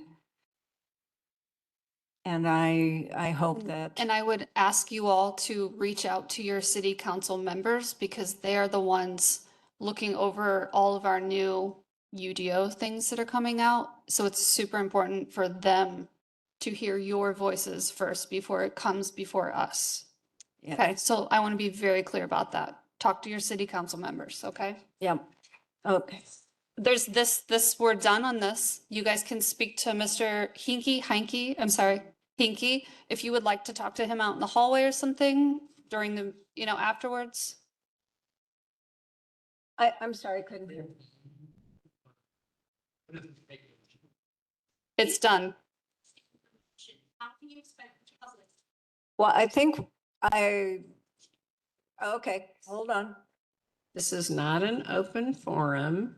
We have additional business we need to get to. Okay. Yes, yes.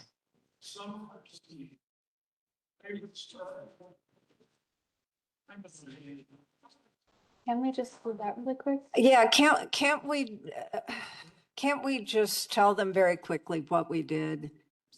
Okay, all right. So basically what happened just now, and correct me if I'm wrong, but we have said that ADUs are allowable, but they have to face forward. The front door has to be facing forward, that they have to remain, I forget how many square Yeah, within the- feet, but smaller. They have to be new construction of stick and of whatever you all said. And that, was there another condition? Yeah, so they basically, you have to have a stick-built house. It has to be much smaller. It has to be much closer to the main dwelling. It must be hooked to the main dwelling and it may not be sold. There'll be a Elkhart deed that says that the yard cannot be divided to make it a standalone property. So the particular item that is there no longer complies. Okay. It is not an They're going- open, but if you guys want, would you mind speaking to everyone out in the hallway? I just want to make sure I'm clear that all 11 conditions were voted in. Thank you for your service. Thank you. Yeah. Yeah. And the room answers out. No. No, don't worry about it. Okay. No, don't worry about it at all.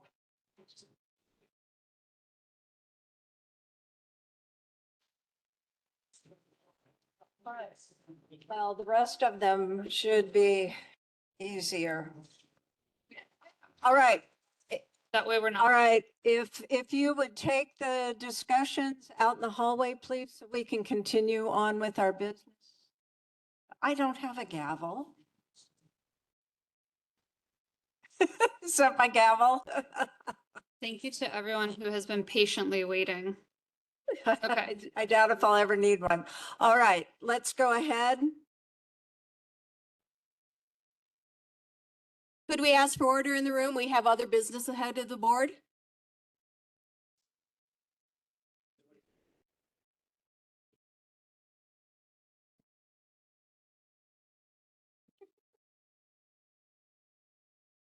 Okay. Okay. Yes. Call for the staff's report on 26 BZA 05. The petitioner is Gateway Mile Properties LLC. The site location is 101 South Main Street. The petition is 26 BZA 05.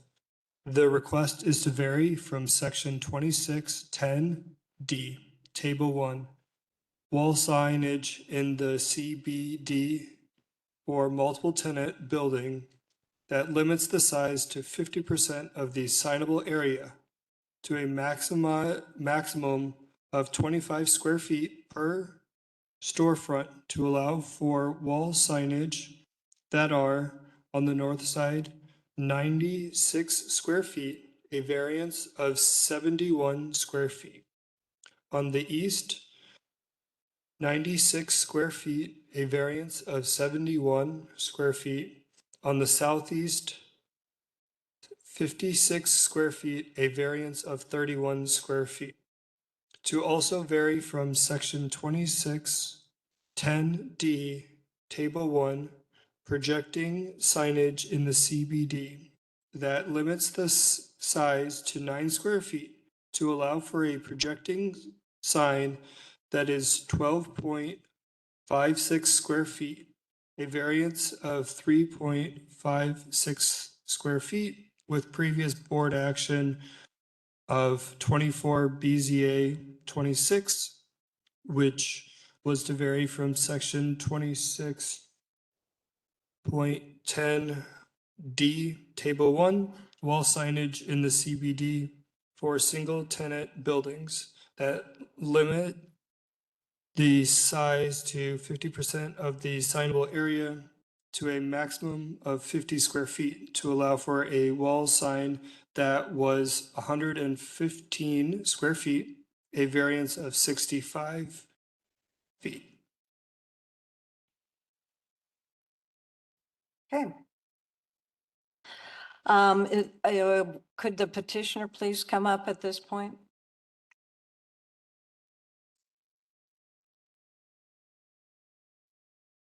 Hi there, good evening. Good evening. Good evening.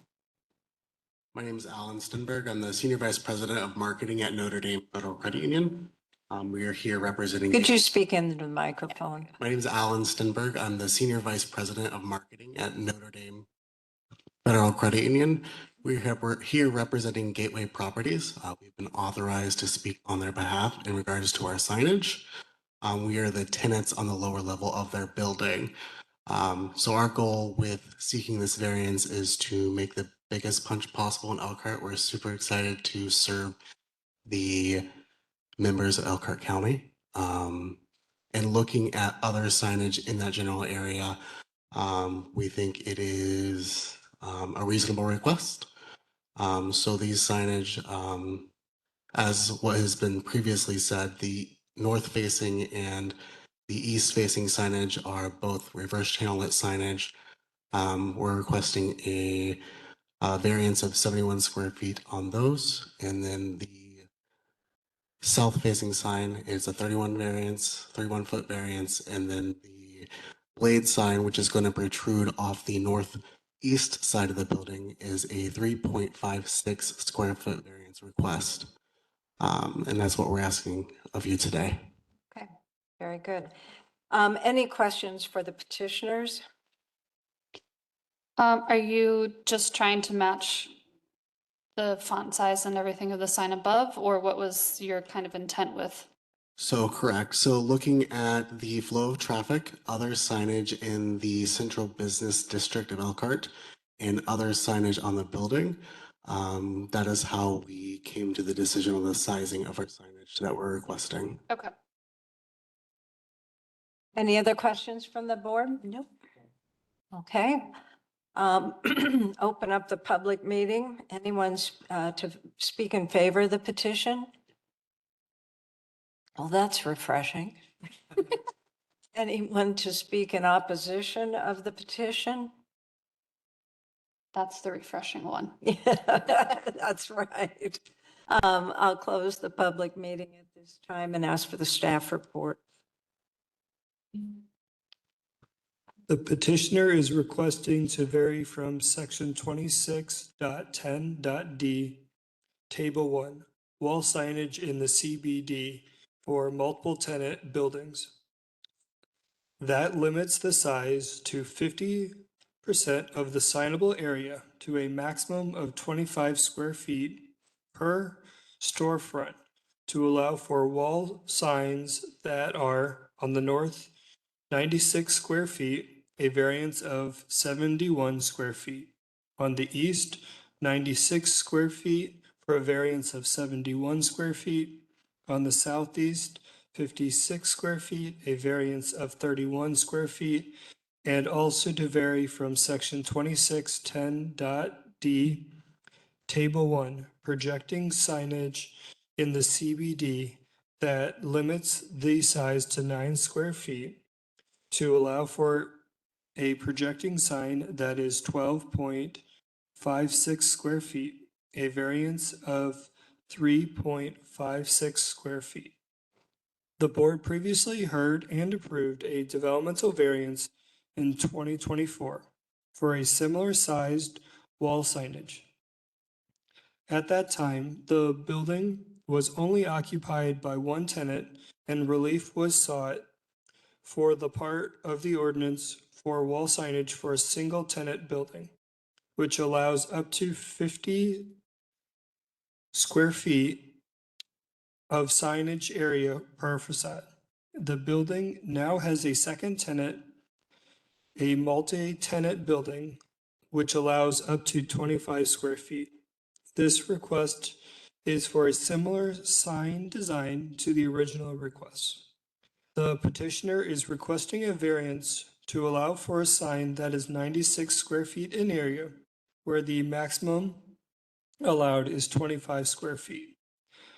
The requested sign is of similar area to the previous Key Bank sign, but is slightly larger due to the longer name of the tenant that is proposed to the occupied building, Notre Dame Federal Credit Union. There are several important factors to be mindful of when evaluating the specifics of this case. First, this building is a much newer infill type building with much larger area available for signage. The architecture for the building is not a traditional downtown building with the ornamentation and other elements found on buildings from past decades. This building's facade has smaller windows and more blank space between floors. This building also has at least twice the street frontage as other buildings found in the downtown area, which would allow for more potential signage area. The request is not out of scale for the building due to the location downtown at the intersection of two main thoroughfares, Jackson and Main. This site does not permit other forms of signage as ground that are expressly prohibited. This regulation is part of the design guidelines in the Central Business District, which were approved and adopted in 2017. The small projecting sign is not out of character and should not pose any harm to adjoining property owners if installed as presented. Staff recommends approval of the variance. Staff recommends approval of the developmental variances to vary from the 3 wall signs or area and projecting signs based on the following findings of fact. Number 1, the approval will not be injurious to the public health, safety, morals, or general welfare of the community, as wall signage scaled appropriately to the building is typically found in central business districts. Number 2, the use and value of the area adjoining to the property will not be affected in a substantial adverse manner because the size of the proposed sign is not out of character for the central business district, as wall signage is the primary form of advertisement in the district. Number 3, granting the variance would be consistent with the intent and purpose of this ordinance because a measure of relief is allowed when warranted. Number 4, special conditions and circumstances do exist that are pertinent to the land involved, as the building facade on which the signs will be located are larger than most neighboring buildings in the district. Number 5, the strict application of the terms of this ordinance will result in practical difficulties in the use of the property because other forms of signage are not permitted by ordinance. And the design of the infill building lends itself to the size and scale of the proposed signage. Number 6, the special conditions and circumstances do not result from any action or inaction by the applicant because the current building is existing and the signable area on the building will not change as a result of this request. Number 7, this property does not lie within a designated flood hazard area. Conditions. Oh, there are none.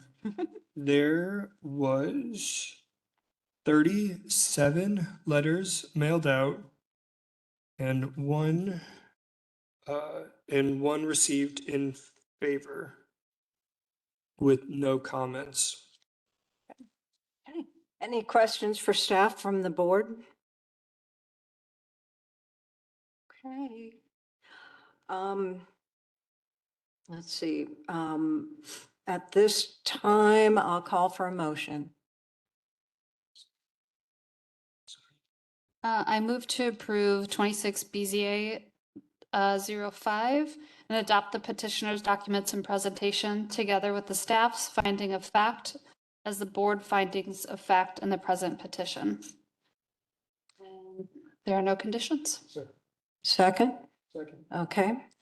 Roll call? Lightman, Yes. Lindley, Yes. Newbill, Yes. Evangelista Rakoff. Yes. All right, very good. Go build your sign. Yes, you're welcome. Okay, next order of business, 26 UV 05. The petitioner is Elkhart SC Incorporated, Stephen Ducat. The site location is 1522 Cassopolis Street, C Street Center Shopping Complex. The request is to vary from section 13.2 permitted uses in the B3 service business to allow for the property to be used for small scale food production, packaging, and accessory on-site sales. Okay, call up the petitioner at this time. Have you signed in? Okay, very good. What is it that you'd like to do? Basically, it's a tortilla manufacturing. The building used to be a Family Dollar, great building. We fit perfectly. And we're not really doing anything that's outside of the building. Everything stays inside. Manufacturing, packaging, and selling right out of the building. That's it. Okay. Any questions from the board for the petitioner? We need a large trash disposal or anything like that, or big dumpsters or, There's already some right there on the side. so keep them as is with that? Yep. no- Okay. Nothing crazy about it. Okay. So I drove by there today and I saw the front doors. I'm not sure where's the material going to be coming in? Is that on the, what would that be? The east side? No, west side. West side, almost on the side of Cassopolis Street. Oh, Oh, so on the street side. oh. But there's an entire pathway there that's where Family Dollar used to park their semis for their deliveries. Oh, okay. Yeah. Okay. In front? No, on the west side of the building. Well, that's kind of the front of Castle. Oh, sorry. Yes, yeah. Parallel to the street. Correct. Okay. Yeah. But it's not going to be 18-wheelers, it's just going to be vans. Vans, yeah. Okay. Mhm. Yeah, an 18-wheeler of tortillas, that'd be a I lot. wish. I That's, want to go somewhere bigger for that. that's the next generation of the business, right? Yeah, Correct. that's right. World domination of tortillas. Hey, Oh, amen. I'm sorry. Yes, we are. All right.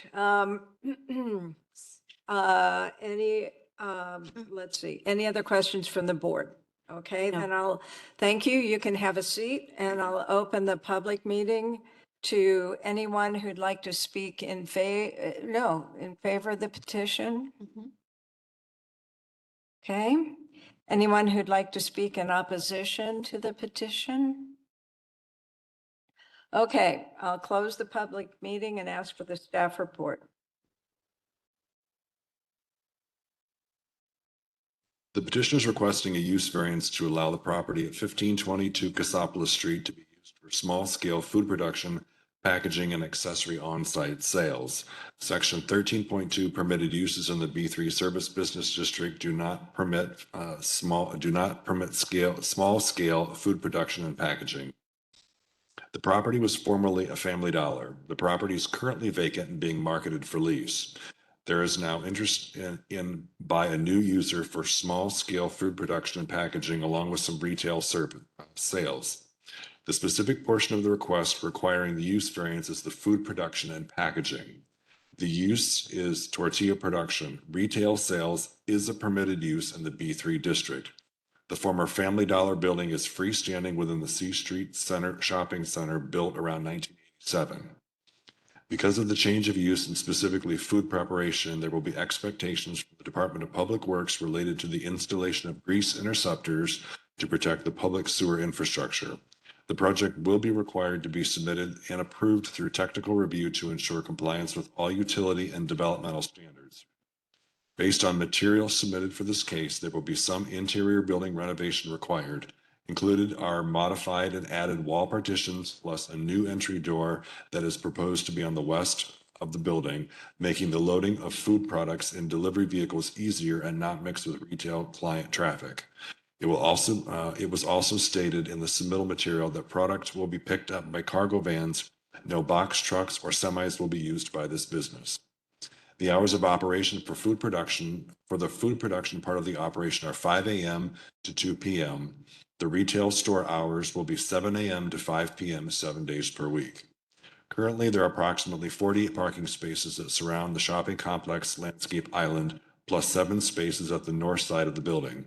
The petitioner indicated in the submittal material there would be no more than 10 employees on site at any one time, including the retail portion of the business. The existing on-site parking appears to be sufficient.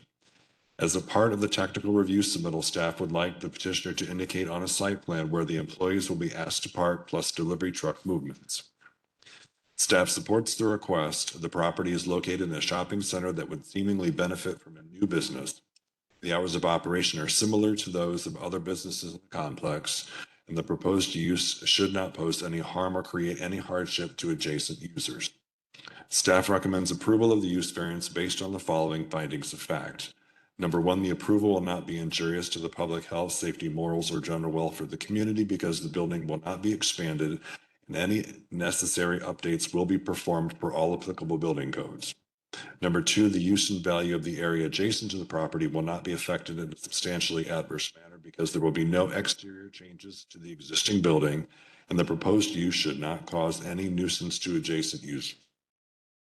Number 3, granting the variance would be consistent with the intent and purpose of this ordinance because a small measure of relief when uniquely warranted. Number 4, special conditions and circumstances do exist which are peculiar to the land involved and which are not applicable to other lands or structures of the same district, because without board action, this project on this parcel would not be permitted. Number 5, the strict application of the terms of this ordinance will not result in practical difficulties in the use of the property, because developing a permitted B use could be achieved within the structure as many commercial uses are possible, and the site provides for required off-street parking. Number 6, the special conditions and circumstances do not result from any action or inaction by the applicant, as the zoning for the property has existed for some time. And number 7, the property does not lie within a designated flood hazard area. Conditions. If the board chooses to approve the requested use variance, staff recommends that the following conditions be placed upon the submittal or upon the approval. Number 1, submittal of the project for technical review to ensure compliance with developmental standards for the Public Works and Planning departments. The food service portion of the request will necessitate some form of grease interception. Number 2, any and all interior modifications will require plans submitted to the building department for review and approval prior to commencing any construction. There were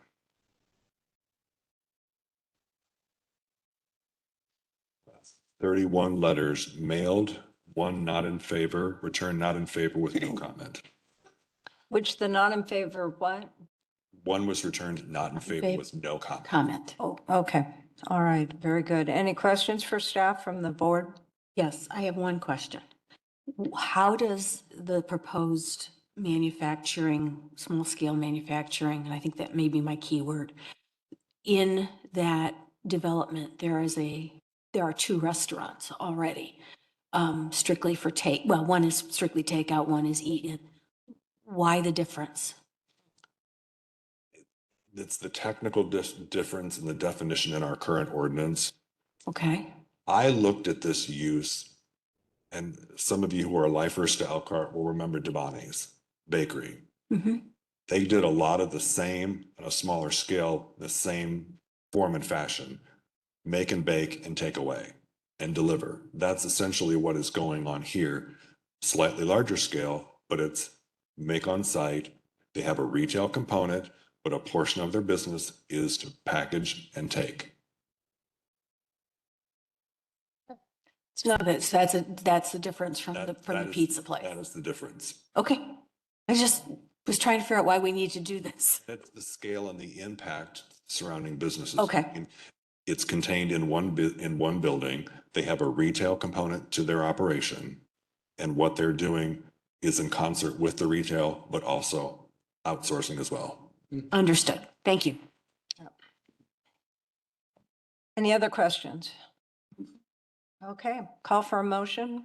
Move to approve 26-UV-05 and adopt the petitioner's documents and presentations together with the staff's finding of facts as the board of finding of facts in the present petition. And second. Okay, roll call. Lightman, Yes. Lindley, Yes. Newbill, Yes. Evangelista Rekha. Yes. All right. Yeah, that sounds great. I'll come in and pick some up. Well, thank you for putting something in a vacant building. That's what we like to have. You bet. Okay. And the final petition of the evening, 26-UV-06. The petitioner is Vocation Building Trades, Inc. The site location is 1425 West Indiana Avenue. The request is to vary from section 11.2 permitted uses in the B1 Neighborhood Business District to allow for the construction of a single-family dwelling. Single-family dwellings are not permitted in the B1 district. Also, for the same dwelling above, the proposed area of the dwelling is 864 square feet. The minimum area of a one-family dwelling is 950 square feet, found in section 5.0 2B in the R2 one-family dwelling districts, a variance of 86 square feet to vary from section 11.4 yard requirements for the front yard average established setback of 21 and 5/10 feet to allow for the construction of a one-family dwelling at the front yard setback of 17 and 3/10 feet, a variance of 4 feet and 2/10 feet to vary from section 11.4 yard requirements for the corner side yard average established setback of 17 feet to allow for the construction of a one-family detached dwelling at a corner side yard setback of 15 feet, a variance of 2 feet, to vary from section 26.3 B9, objecting into the permitted of the front yard to allow for a open porch to project 8 feet into the front yard when 6 feet is permitted, a variance of 2 feet. Okay. Call the petitioner forward.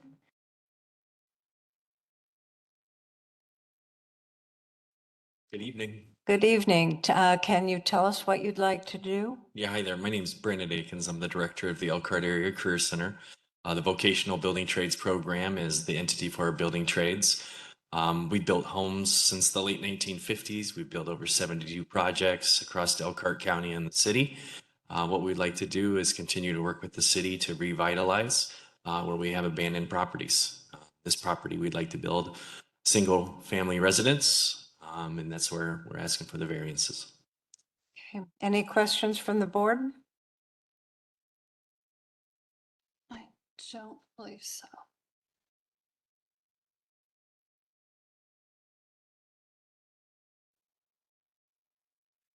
Is it not possible, just question, to hit that 86 extra square feet just because of the actual size of the lot, I'm assuming? I don't know that to be definitive. Okay. I think that could be adjusted if I need just be. wondered. Okay. As the director, I'm not the one that oversees those site plans. I leave that up to the professional. Okay. All right. I'm sure there's a reason, but I just didn't know if. Yeah. Okay, I wish I knew that answer. that's okay. Okay. Let's see, question, open the, you can have a seat. Open public meeting.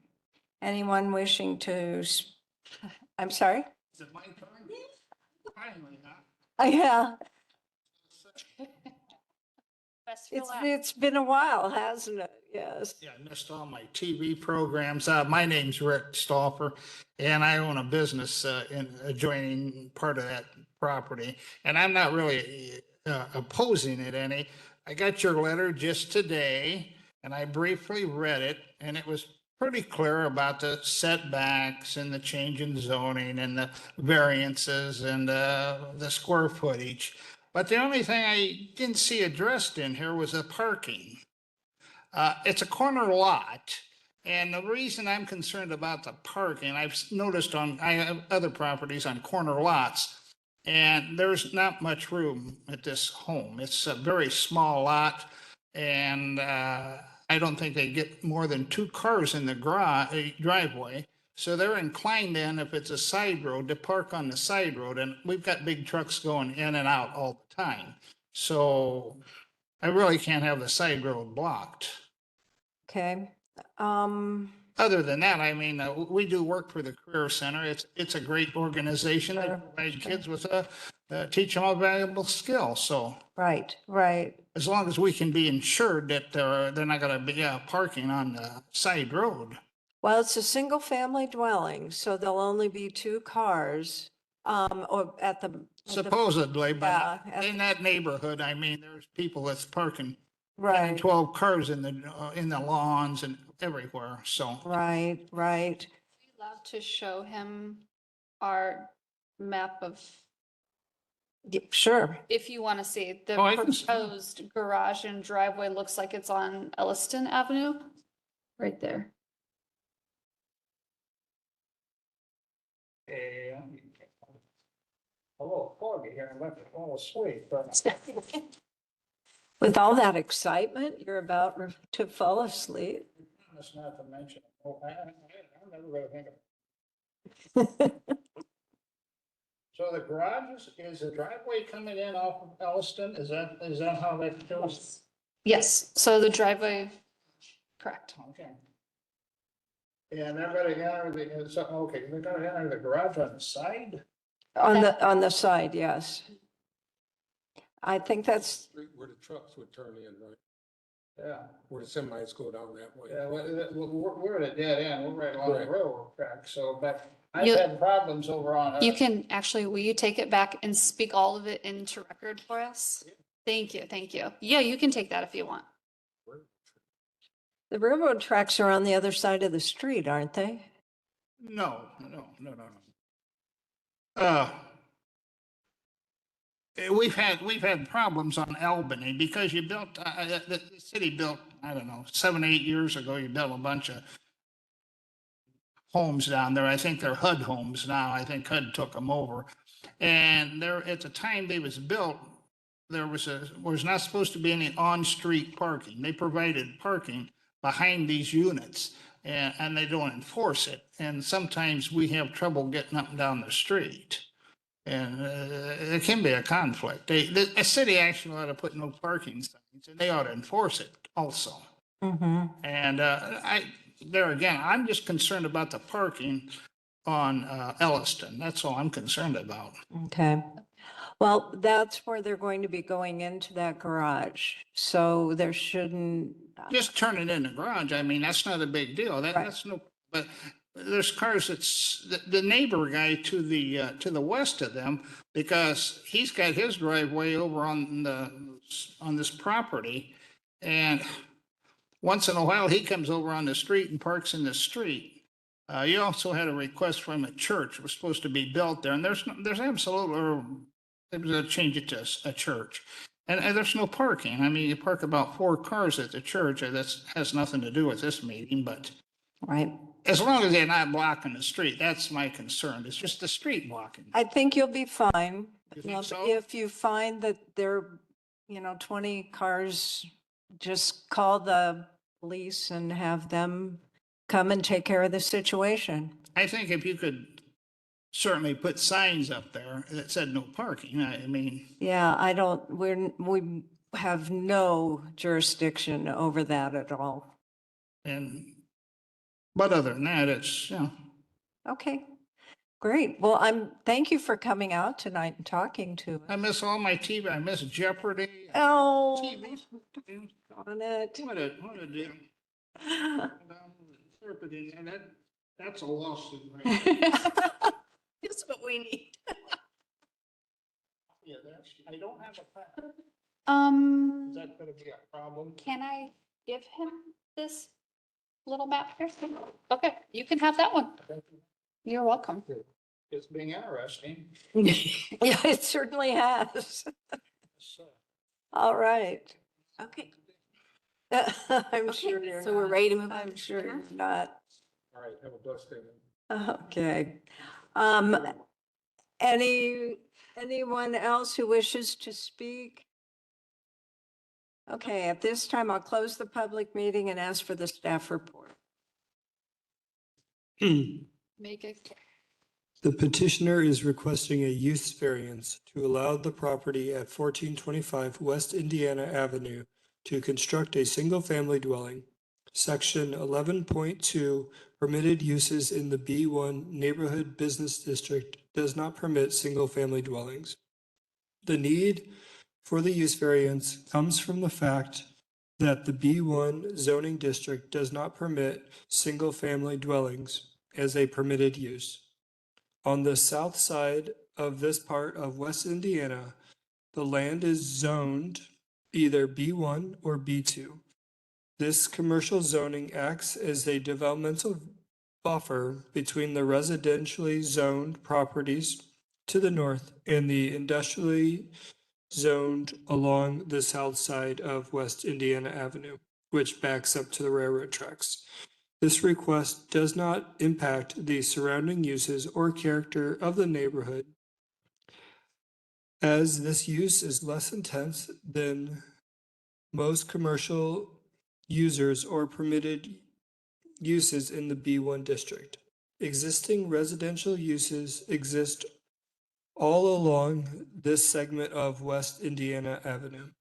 The petitioner is proposing to build a new one-story single-family dwelling on a infill parcel in the 1400 block of West Indiana Avenue.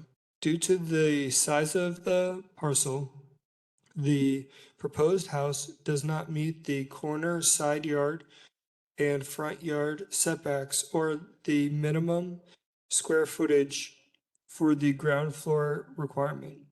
Because of the configuration of the parcel, a front yard, side yard variance are required.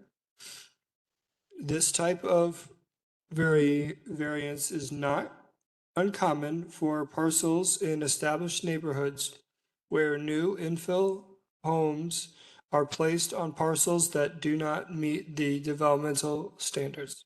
The scale of the home is not out of character for the neighborhood and may in fact be desirable in terms of property value. Given the constraints of the established setback, it would not allow a home of this scale to be built without some measure of relief. Staff are supportive of this infill project. Proposals like this one are becoming more common in areas that have seen disinvestment over time and where the need for new housing is needed. Because of the compact construction and being developed where necessary infrastructure exists, it is more cost-effective to construct. This request adds to the inventory of housing in Elkhart. The calculations for establishing the front yard setback are done by measuring the average established setbacks of the structures within the same block between two intersecting streets. The front yard setbacks is based off of the established setbacks. The next door neighbor enclosed their porch without permits in 2023. This action would have required a developmental variance for reducing of the front yard setbacks, which were less than the established setbacks. As a result, this action has reduced the established setbacks for the block, decreasing the distance from the property line where the new house may be placed. Recommendation. Staff recommends approval of the use variance based on the following findings of fact. Number one, the approval will not be injurious to the public health, safety, morals, or general welfare of the community because the building will be built per all applicable building codes. Number two, the use and value of the area adjoining to the property will not be affected in a substantial adverse manner because this use is not uncommon along this portion of West Indiana Avenue and should not impact negatively surrounding uses or values. Number three, granting the variance would be consistent with the intent and purpose of this ordinance because a small measure of relief when uniquely warranted. Number four, special conditions and circumstances do exist which are particular to the land involved and which are not applied to other land or structures in the same district because without board action, a one-family dwelling on this parcel would not be permitted. Number five, the strict application of the terms of this ordinance would result in practical difficulties in the use of the property because establishing a permitted B1 use could be achieved on the site, however, accommodating all necessary stormwater storage requirements, buffering, and providing for required off-street parking could be challenging and would require a developmental variance. Number 6, the special conditions and circumstances do not result from an action or inaction by the applicant because no construction has started and the zoning for this property has existed for some time. Number 7, the property does not lie within a designated flood hazard area. There was 28 letters sent out and no responses. Okay. Any questions for staff? I have a question for staff. Like we just witnessed in the very first variance we heard today, do we need to define the type of structure that can be built there? Does it need to say stick built? If a mobile home is put in of the same size, is that allowed? I just would like some clarification so that doesn't happen again. What they proposed to us so far is a stick-built structure. Okay, thank you for clarifying. Okay, no further questions for me? Okay, any other questions? Okay, thank you. Let's call for a motion. I move to approve variance 12-UV-06 and adopt the petitioner's documents and presentations together with the staff's finding of facts as the board's finding of facts in the present petition. And I second. Okay, roll call? Lightman, Yes. Lindley, Yes. Nuba, Evangelista. Yes. All right, very good. You can go build your building. All right. I move to end our meeting this evening. Our happy little meeting. Second. All right. All those in favor say aye. Aye. Aye.